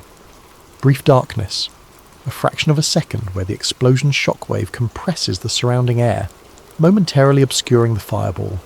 Second flash, the fireball re-emerges, brighter than before, as it expands and the atmosphere becomes transparent again to the intense light. This double flash pattern is the signature of atmospheric nuclear explosions. It's not something you see in lightning strikes, not in meteor impacts, not in any natural phenomenon known to science. It's nuclear. Always nuclear. The light curve recorded by Vela 6911 matched known nuclear tests almost perfectly. The intensity was consistent with a yield between 2 and 3 kilotons, a tactical nuclear weapon, small by Cold War standards but devastating nonetheless. But the satellite data was only the beginning. Within hours, analysts began correlating information from other monitoring systems around the world. United States Navy hydrophones, underwater acoustic sensors designed to detect submarine movements and underwater explosions, had recorded anomalous signals in the South Atlantic and Indian Ocean regions around the same time as the flash. The acoustic patterns were consistent with a distant underwater disturbance, possibly an explosion. Weather monitoring stations in Australia detected unusual ionospheric disturbances, disruptions in the electrically charged layers of the upper atmosphere. Nuclear explosions create these disturbances. They're part of the signature. Multiple independent sensors, different technologies, different locations, all pointing to the same conclusion. Something had exploded, something nuclear, and it had happened in one of the most remote regions of Earth, far from prying eyes, far from civilian populations, far from the oversight of international observers. The data was routed immediately to the Pentagon, to the Central Intelligence Agency, to the Department of Energy, to the National Security Council. Within the classified corridors of American intelligence, panic began to spread.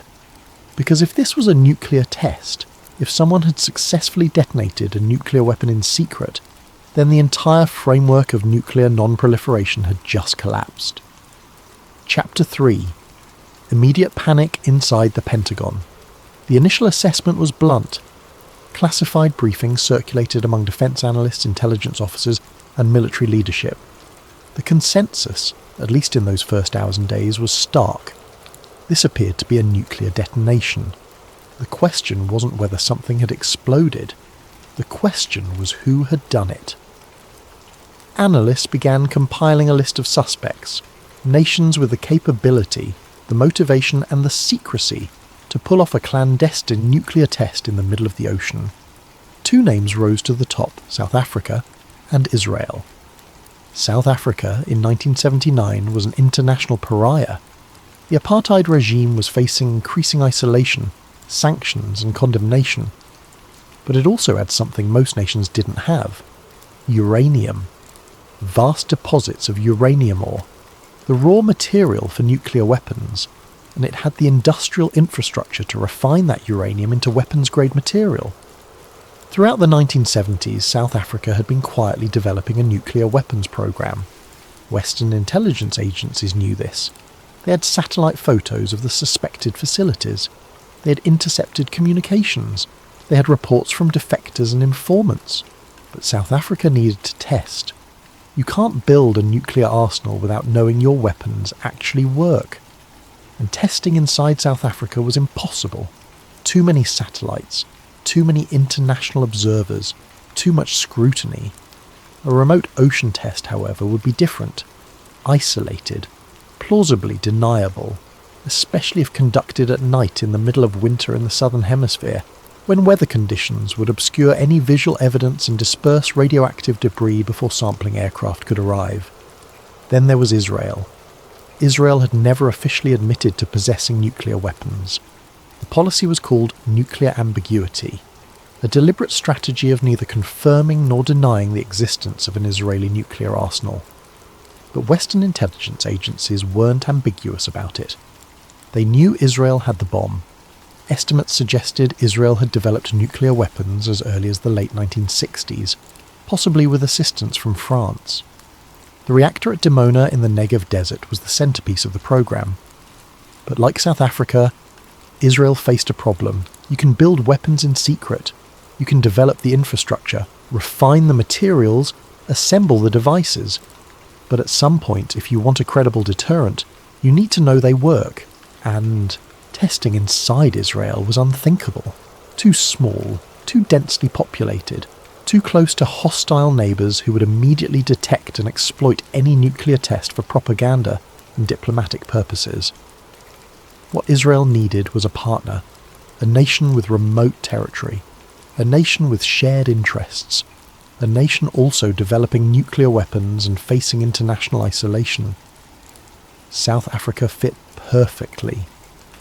By the late 1970s, Israel and South Africa had developed close military ties, arms sales, intelligence sharing, joint development programs, and, according to multiple intelligence assessments, nuclear cooperation. A joint Israeli-South African nuclear test in the remote Southern Ocean would serve both nations' interests. Israel would get verification that its weapons worked. South Africa would benefit from Israeli technical expertise. Both could maintain plausible deniability. The location of the Vela flash, somewhere in the southern Indian Ocean or South Atlantic, was consistent with this theory. Remote, international waters, far from major shipping lanes, close enough to South African territory for logistical support, but far enough to maintain deniability. Everything fit. The intelligence community's assessment was clear. The Vela flash was most likely a clandestine nuclear test conducted by South Africa, possibly in cooperation with Israel. But confirming this publicly would create an immediate crisis. It would mean a nation had violated the Limited Test Ban Treaty. It would mean the nuclear non-proliferation regime was failing. It would mean new nations were joining the nuclear club outside the established framework. And it would mean the United States would be forced to take action, impose sanctions, possibly trigger a broader diplomatic crisis at a time when the Carter administration was already struggling with crises in Iran, with the Soviet invasion of Afghanistan, with an energy crisis at home. The political calculation was brutal. Confirming the truth would cause more problems than it would solve. So instead of making a definitive announcement, the White House made a different decision. Order a review, form a panel, re-examine the data, and find a way to make this problem disappear. Chapter 4. The Carter administration intervenes. President Jimmy Carter was briefed on the Vela incident within days of the flash. Years later, after leaving office, Carter would discuss the incident in interviews and in his personal writings. His recollection was telling. He believed, at least initially, that the flash was a nuclear test. The data was compelling. The intelligence assessments were consistent. Everything pointed to a real detonation. But Carter also understood the implications. If the United States confirmed that a nation had conducted a secret nuclear test, it would trigger a cascade of consequences. International treaties would be violated. The United Nations would demand investigations. Sanctions would have to be imposed. Diplomatic relationships would be strained. And in 1979, the Carter administration was already dealing with multiple crises. The Iranian Revolution had just toppled the Shah. American hostages would soon be seized in Tehran. The Soviet Union was about to invade Afghanistan. The global balance of power was shifting. Adding a nuclear crisis to the mix was politically untenable, so the decision was made. Instead of announcing that a nuclear test had occurred, the administration would form a special scientific panel to review the data and determine if there could be any alternative explanation. The goal wasn't necessarily to find the truth. The goal was to find doubt. To create enough scientific ambiguity that the United States could avoid making a definitive statement, to buy time, space, and diplomatic flexibility. The panel would be led by a man named Jack Ruina, a former Pentagon scientist and arms control expert, someone with credibility in the scientific community and experience navigating the intersection of science and policy. The panel's official mandate was to determine whether the Vela signal could have been caused by something other than a nuclear explosion. And over the following months, that's exactly what they tried to do. Chapter 5.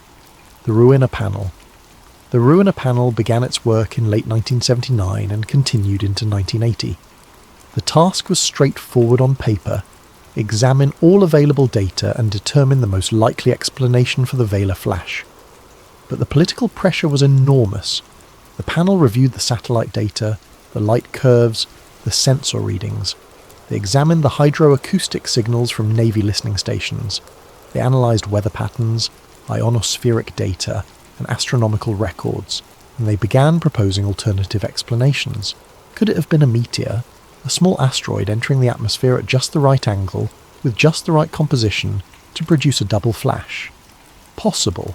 But meteor specialists pointed out that meteors don't produce the specific double hump pattern seen in nuclear explosions, and the probability of a meteor strike occurring at precisely the location and time to mimic a nuclear signature was vanishingly small. Could it have been lightning? A rare atmospheric phenomenon, perhaps a massive superbolt that somehow triggered the sensors? Again, possible in theory, but lightning doesn't create the same spectral signatures as nuclear explosions. The light from lightning has a different colour distribution, a different intensity pattern, a different temporal profile. Could it have been a sensor malfunction? Perhaps Vela 6911 had experienced a technical failure, generating false readings? But the satellite had been functioning perfectly before and after the incident, and other monitoring systems had detected anomalies at the same time. Multiple independent, sensors don't malfunction simultaneously in ways that all mimic a nuclear explosion. The panel considered and rejected numerous hypotheses, and yet when the final report was released in the summer of 1980, the conclusion was carefully worded. The panel stated that the signal was probably not from a nuclear explosion. Not definitely not. Not conclusively ruled out. Probably not. The report acknowledged that no definitive alternative explanation had been found. It admitted that the signal resembled a nuclear detonation, but it suggested that unusual atmospheric conditions, combined with possible sensor anomalies, could have created a false positive. The conclusion was deliberately vague, designed to create just enough doubt to allow the government to avoid making a firm declaration. And with that report, the official position of the United States government became clear. The Vela incident was not a nuclear test. Case closed. Except the case was far from closed. Chapter 6. The scientists who disagreed. Not everyone accepted the Ruina panel's conclusion. Richard Garwin, one of the most respected physicists in America, a man who had helped design the hydrogen bomb, publicly disputed the findings. Garwin reviewed the data independently and concluded that the signal strongly supported a nuclear test. He argued that the double flash pattern, the intensity, the duration, all matched known nuclear explosions. He challenged the panel to provide a credible alternative explanation, and when none was offered, he stood by his assessment. Other scientists joined the dissent. They pointed out that the Vela satellites had operated for 16 years without a single false positive. Suggesting that this one incident was a sensor error required believing in an extraordinary coincidence. They noted that independent monitoring systems had detected anomalies consistent with a nuclear explosion. The probability that all of these systems would simultaneously malfunction or misinterpret natural phenomena in precisely the same way was statistically absurd. They questioned the political motivations behind the panel's conclusion. suggesting that the vague language was designed to provide diplomatic cover rather than scientific clarity. But the dissent was largely ignored. The mainstream media accepted the government's position. The Vela incident faded from public attention, and the official narrative remained unchanged. It was not a nuclear test. It was something else, something unexplained, but definitely not nuclear. And that's where the story might have ended, buried in classified files and forgotten by history, except the evidence kept surfacing. Chapter 7. The Scientists Who Paid the Price. Richard Garwin wasn't just any physicist voicing concerns. He was a legend in the nuclear weapons community, a man who had designed the first hydrogen bomb alongside Edward Teller, a scientific advisor to multiple presidents, a voice that carried weight in the highest levels of government, and after the Vela incident, his career trajectory changed. Garwin continued to publicly dispute the Rowena panel's findings throughout 1980 and into 1981. He gave interviews, he published papers, he testified before congressional committees when given the chance. He argued repeatedly and forcefully that the scientific evidence supported a nuclear test, and that the government's conclusion was politically motivated rather than scientifically sound.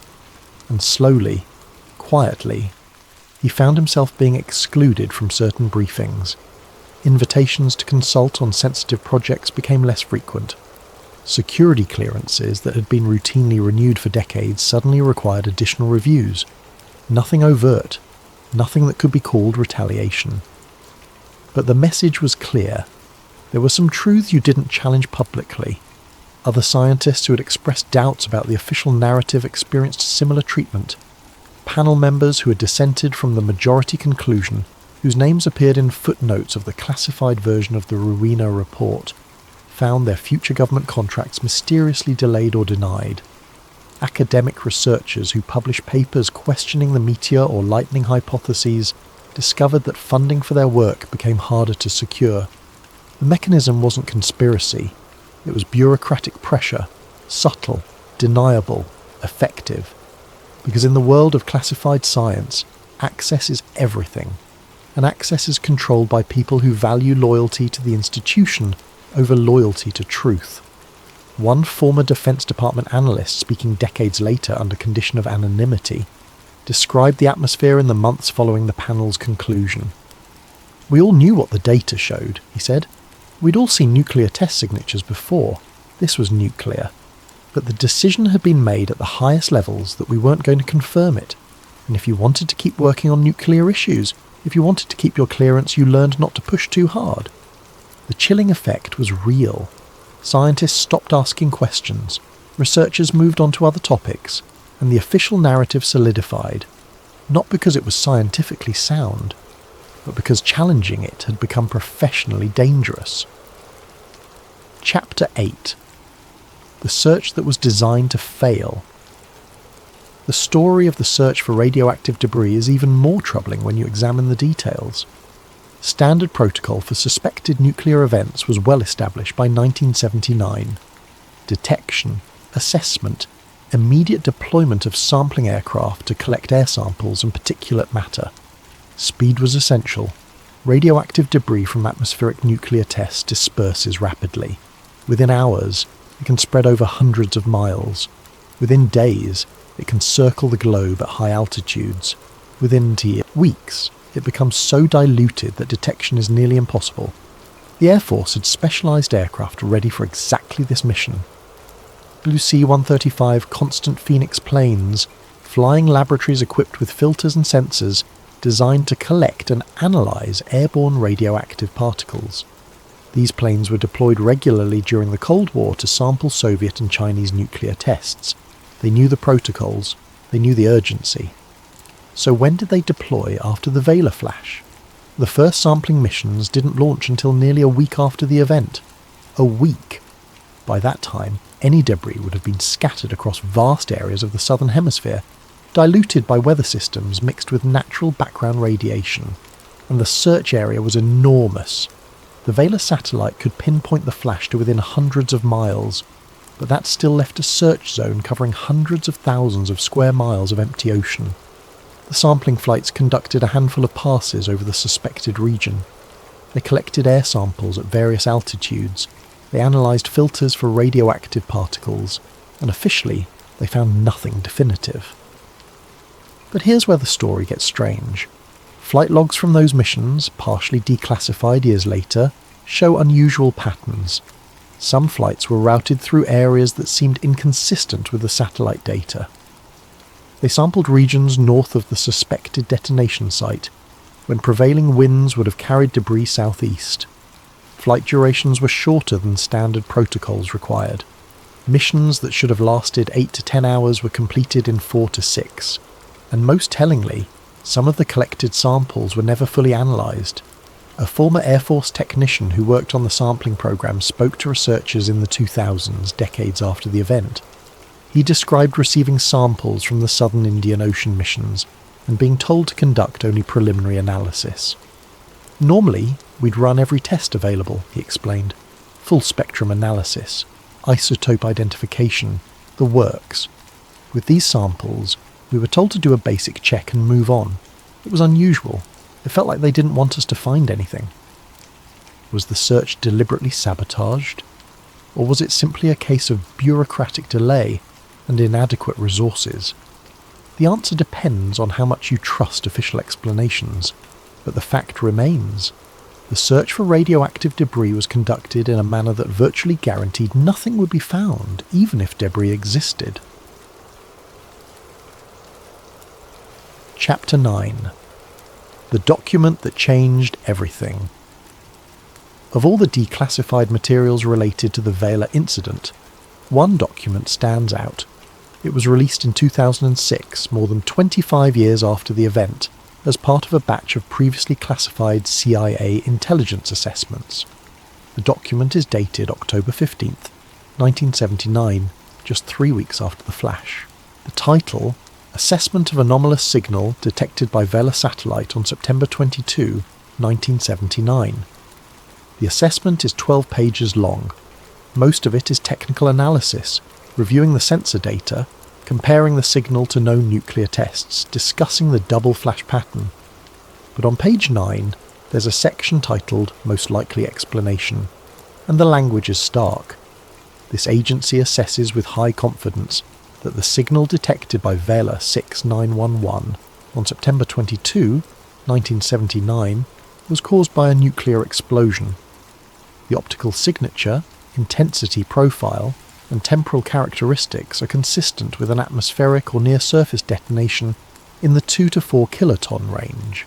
It continues. We assess with moderate confidence that the test was conducted by the Republic of South Africa, possibly in cooperation with Israel.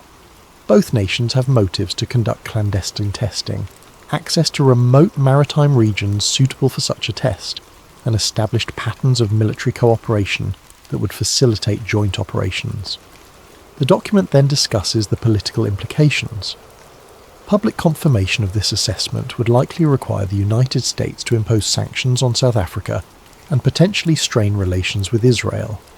Given current geopolitical priorities and the lack of direct evidence that could withstand international scrutiny, this agency recommends that definitive attribution be avoided pending further investigation.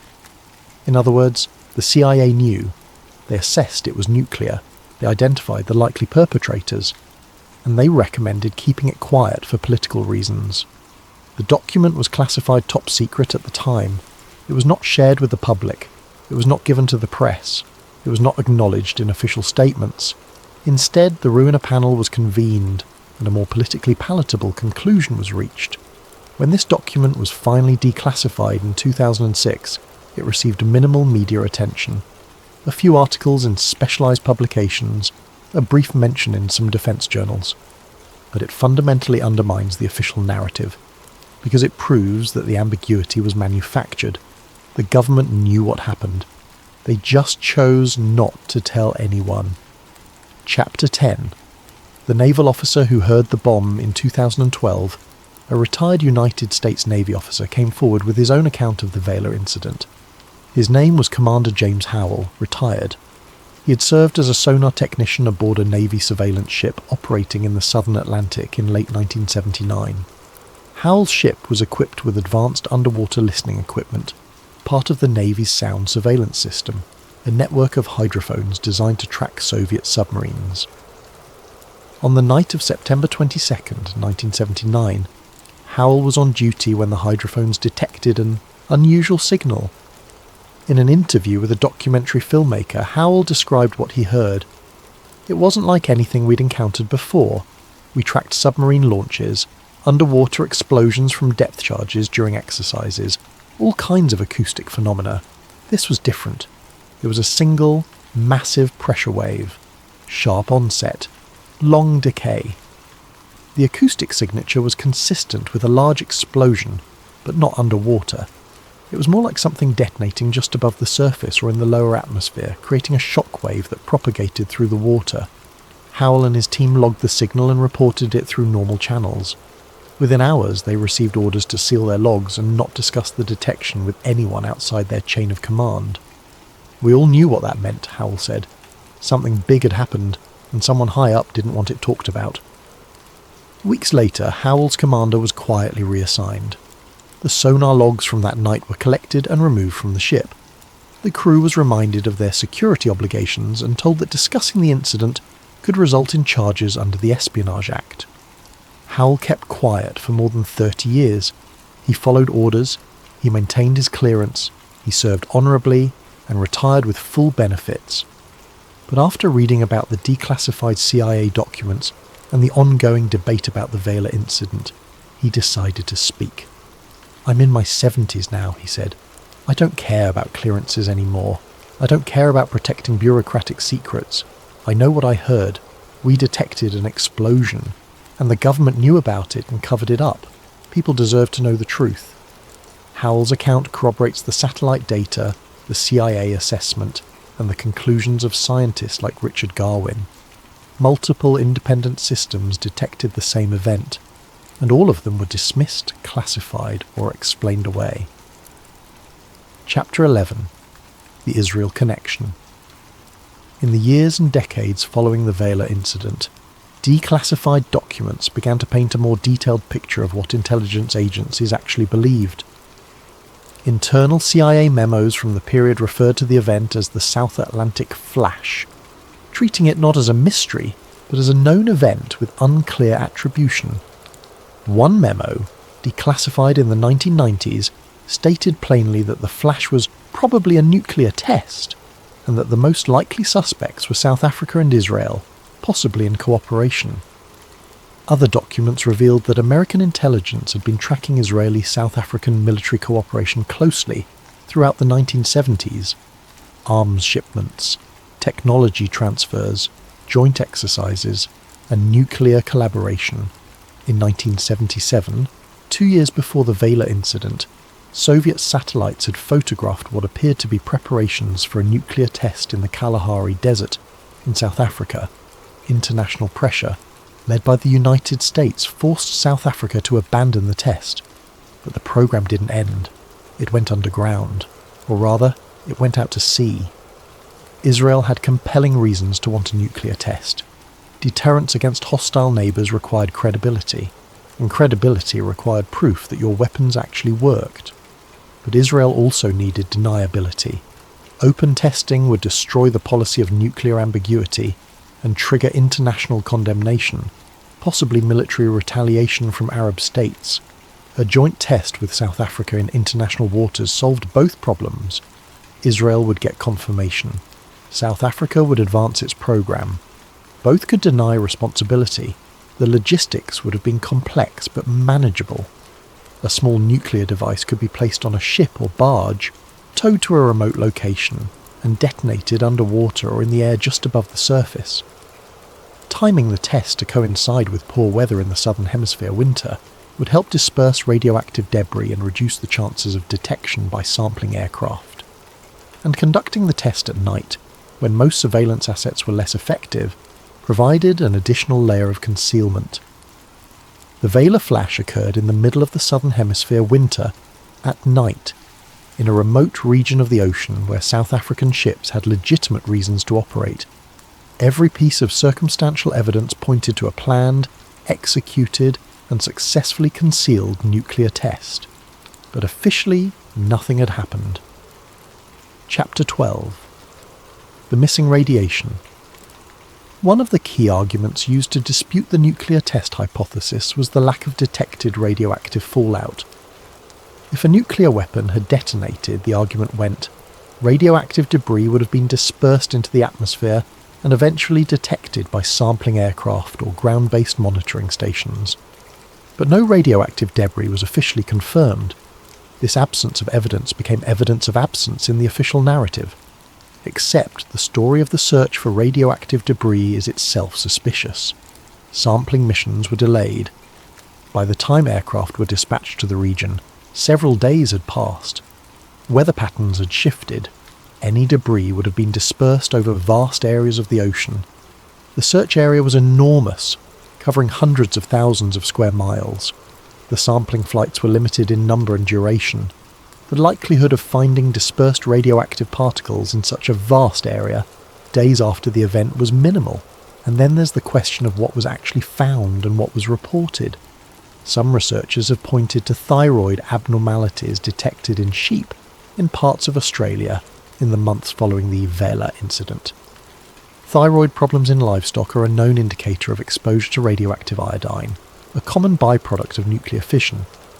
Australian scientists at the time noted the anomalies but couldn't definitively link them to the Vela flash. The data was inconclusive, complicated by other possible sources of contamination, but the fact remains, the absence of detected radiation doesn't prove there was no nuclear explosion. It proves that sampling efforts were delayed, limited, and possibly insufficient to detect what was there. Conspiracy theorists go further. They argue that detection was avoided intentionally, that the delays were deliberate, that evidence was found but suppressed to maintain diplomatic stability. They point to the geopolitical stakes. Confirming the test would have forced the United States to impose sanctions on South Africa, a key anti-communist ally in southern Africa during the Cold War. It would have strained relationships with Israel, America's closest ally in the Middle East. The cost of confirmation was too high. So the evidence, if it existed, was buried, and the official narrative remained intact. Chapter 13. Declassified documents complete the picture. Throughout the 1990s and 2000s, as Cold War documents were gradually declassified, the official story of the Vela incident began to crack. Internal government memos revealed deep divisions within the intelligence community about the nature of the event. Some agencies believed it was definitely a nuclear test. Others were more cautious, but acknowledged the evidence was compelling. Almost no one genuinely believed the alternative explanations proposed by the Ruina panel. One particularly revealing document was a CIA intelligence assessment from 1980. The report, declassified decades later, stated that the agency had high confidence the flash was a nuclear explosion, and moderate confidence that it was conducted by South Africa, possibly with Israeli involvement. The same document noted that the Ruina panel's conclusion was inconsistent with the technical data and appeared to be influenced by policy considerations rather than scientific analysis. In other words, the CIA believed the panel's conclusion was politically motivated. Another document from the Defense Intelligence Agency assessed that the event had all the characteristics of a nuclear test, and that no plausible alternative explanation exists. These assessments were classified for years. The public was told one story. The intelligence community believed another. But even with these revelations, no official reversal ever came. The government never issued a corrected statement. No press conference was held to admit the truth. No formal acknowledgement was made. The official position remained unchanged. The Vela flash was probably not a nuclear test, and in the absence of definitive proof, the ambiguity persists. Chapter 14. The modern implications. The Vela incident isn't just a Cold War mystery, it's a precedent, and that precedent echoes through every nuclear crisis we face today.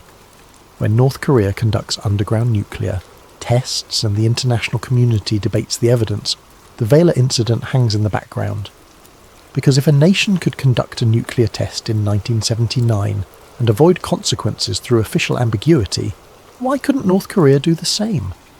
North Korea has conducted 6 acknowledged nuclear tests between 2006 and 2017. Each time, seismic sensors detect the underground explosions. Each time, the international community condemns the tests. Each time, sanctions are imposed. But what about tests that aren't acknowledged? What about smaller, more carefully concealed detonations that could be attributed to earthquakes or mining explosions? The Vela incident proved that with enough political will, evidence can be dismissed, findings can be disputed, and the truth can be buried under layers of official doubt. When Western intelligence agencies assess Iran's nuclear program, they're operating in the shadow of the Vela incident. Iran insists its nuclear program is peaceful. International inspectors monitor declared facilities. Intelligence agencies watch for signs of weaponization. But everyone involved knows that detection systems can be evaded, that tests can be concealed, that even when evidence exists, political considerations can prevent acknowledgement. The precedent set in 1979 taught nations around the world a valuable lesson. If you're careful enough, if you choose your location wisely, if you have the right political cover, you can test a nuclear weapon and get away with it. And that lesson has implications for the future of nuclear non-proliferation. How do you enforce treaties when evidence can be disputed? How do you maintain deterrence when tests can be denied? How do you prevent proliferation when the consequences of detection are negotiable? The Vela incident didn't just change history, it changed the rules of the game, and we're still playing by those rules today. In recent years, there have been mysterious seismic events that some analysts believe could be covert nuclear tests. Small seismic disturbances in remote regions, acoustic anomalies detected by monitoring stations, radiation measurements that spike and then disappear. Each time, the official explanation is natural phenomena, earthquakes, mining activity, instrument errors, and each time skeptics point back to the Vela incident. Because if the most sophisticated nuclear detection system ever built could record a nuclear explosion and have that explosion officially dismissed, what's to stop it from happening again? The technology has improved since 1979. The monitoring networks are more extensive, the sensors are more sensitive, but the political calculations remain the same. Sometimes confirming the truth causes more problems than maintaining ambiguity, and that's the legacy of the Vela incident. Not just what happened on September 22nd, 1979, but what it taught the world about the gap between evidence and acknowledgement, between detection and confirmation, between what we know and what we're willing to admit. Chapter 15. Why the Truth Still Matters. More than 4 decades have passed since the Vela incident. The Cold War is over. The Soviet Union collapsed. South Africa abandoned its nuclear weapons program in the early 1990s and dismantled its arsenal. Israel still maintains its policy of nuclear ambiguity, but is widely acknowledged to possess a substantial nuclear arsenal. So why does the Vela incident still matter? Because the implications extend far beyond that single flash in 1979. If the Vela incident was a nuclear test, it means a nation successfully violated international law and got away with it. It means the framework of nuclear non-proliferation, the treaties and monitoring systems designed to prevent the spread of nuclear weapons, failed at a critical moment. It means the United States government knowingly covered up that failure for political reasons, prioritizing diplomatic convenience over transparency and accountability. And it means that other nations, watching and learning from this precedent, understood that clandestine nuclear tests are possible, that with enough planning, enough secrecy, enough political cover, you can test a nuclear weapon and avoid consequences. But if the Vela incident was not a nuclear test, if the government's explanation is accurate, then the implications are equally troubling. It means the most sophisticated nuclear detection system ever built failed. Once, and only once.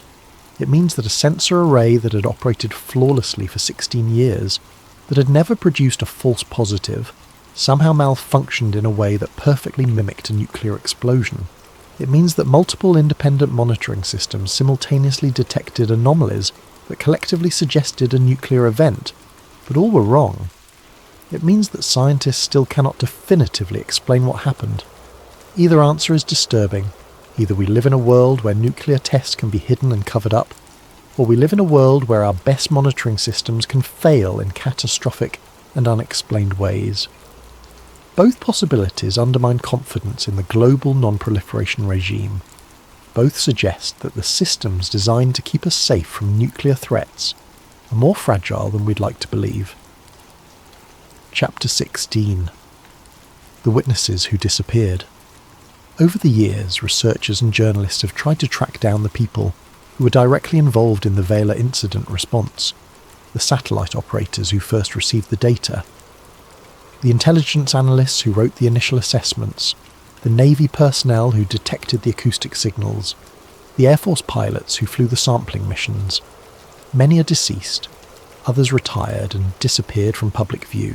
Some signed lifetime non-disclosure agreements that prevent them from speaking, but a few have come forward, usually near the end of their lives, when the weight of the secret becomes heavier than the consequences of speaking. In 2015, a former satellite data analyst named Patricia Hendricks gave an interview to a researcher investigating the Vela incident. Hendricks had worked at the Air Force Technical Applications Center in the early 1980s, reviewing satellite data and writing assessments for military leadership. She had access to the classified files on the Vela flash. The original reports were definitive, she said. There was no ambiguity in the technical analysis. It was a nuclear detonation. The only debate was about attribution, who had done it, and whether we could prove it. Hendricks described the pressure analysts felt to soften their conclusions. We were told to find alternative explanations, to emphasize uncertainty, to avoid definitive statements. It wasn't about the science anymore. It was about what the White House wanted to hear. When asked if she believed the official conclusion, Hendricks laughed. No one who actually looked at the data believed it was anything other than nuclear. But we had careers to protect, families to support. You learn to write reports that say what you're supposed to say, even when you know it's not true. Another witness, a former CIA officer named Thomas Reynolds, spoke to journalists in 2018, shortly before his death from cancer. Reynolds had been stationed in the Middle East in the late 1970s, monitoring Israeli military activities. We knew about the cooperation with South Africa, he said. We had reports of Israeli technicians working at South African facilities. We intercepted communications discussing joint projects. When the Vela flash happened, everyone in the intelligence community immediately suspected Israel and South Africa. Reynolds described the decision-making process in the weeks after the incident. The question wasn't whether it was nuclear. The question was whether we could afford to confirm it. Israel was our most important ally in the region. South Africa was a key anti-communist partner in Africa. Confirming the test would have required sanctions, diplomatic consequences, maybe even criminal investigations. The decision was made to classify the evidence, bury the conclusions and move on. It was Cold War realism. Sometimes the truth is less important than stability. These witnesses, speaking decades after the event, paint a consistent picture. The truth was known, the evidence was clear, and the decision was made to conceal it. Final chapter. The flash that won't go away. The Vela incident occupies a unique space in the landscape of Cold War mysteries. It's not a UFO sighting, easily dismissed as misidentification or imagination. It's not a conspiracy theory built on speculation and circumstantial evidence. It's a documented event, recorded by multiple sophisticated sensors, analysed by some of the best scientists in the world, discussed in classified government documents, and yet it remains unresolved. No natural explanation satisfies the physicists who have studied the data. Meteor impacts don't create double flashes. Lightning doesn't produce the right spectral signature. Sensor malfunctions don't explain corroborating data from independent systems. No government has ever admitted responsibility. South Africa dismantled its nuclear program without confirming or denying the test. Israel maintains its policy of nuclear ambiguity. The United States sticks to its vague assessment that the event was probably not nuclear. No new evidence has emerged to close the case definitively. The radioactive debris, if it existed, is long gone. The ships or platforms that might have been used are likely destroyed or repurposed. The personnel involved are aging or deceased. The Vela incident exists in a perfect grey zone of uncertainty. Too real to dismiss as fantasy, too dangerous to confirm as fact. And that ambiguity, that deliberate cultivation of doubt may be exactly the point. Because some truths are too inconvenient to acknowledge. Some facts are too disruptive to admit. Some flashes of light are too bright to look at directly. On September 22nd, 1979, at 3:53 in the morning Coordinated Universal Time, something happened over the southern Indian Ocean. A satellite saw it.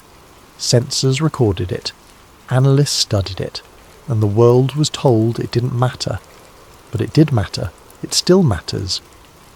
Because that flash, that brief moment of light captured by Vela 6911, represents something fundamental about the nuclear age. The gap between what we know and what we're told. The space between truth and politics. The moment when evidence meets denial, and denial wins. The Vela incident is a reminder that not all mysteries are solved. Not all questions are answered. And not all lights in the darkness are meant to be explained. Some are meant to be forgotten. But the flash over the Indian Ocean refuses to go away.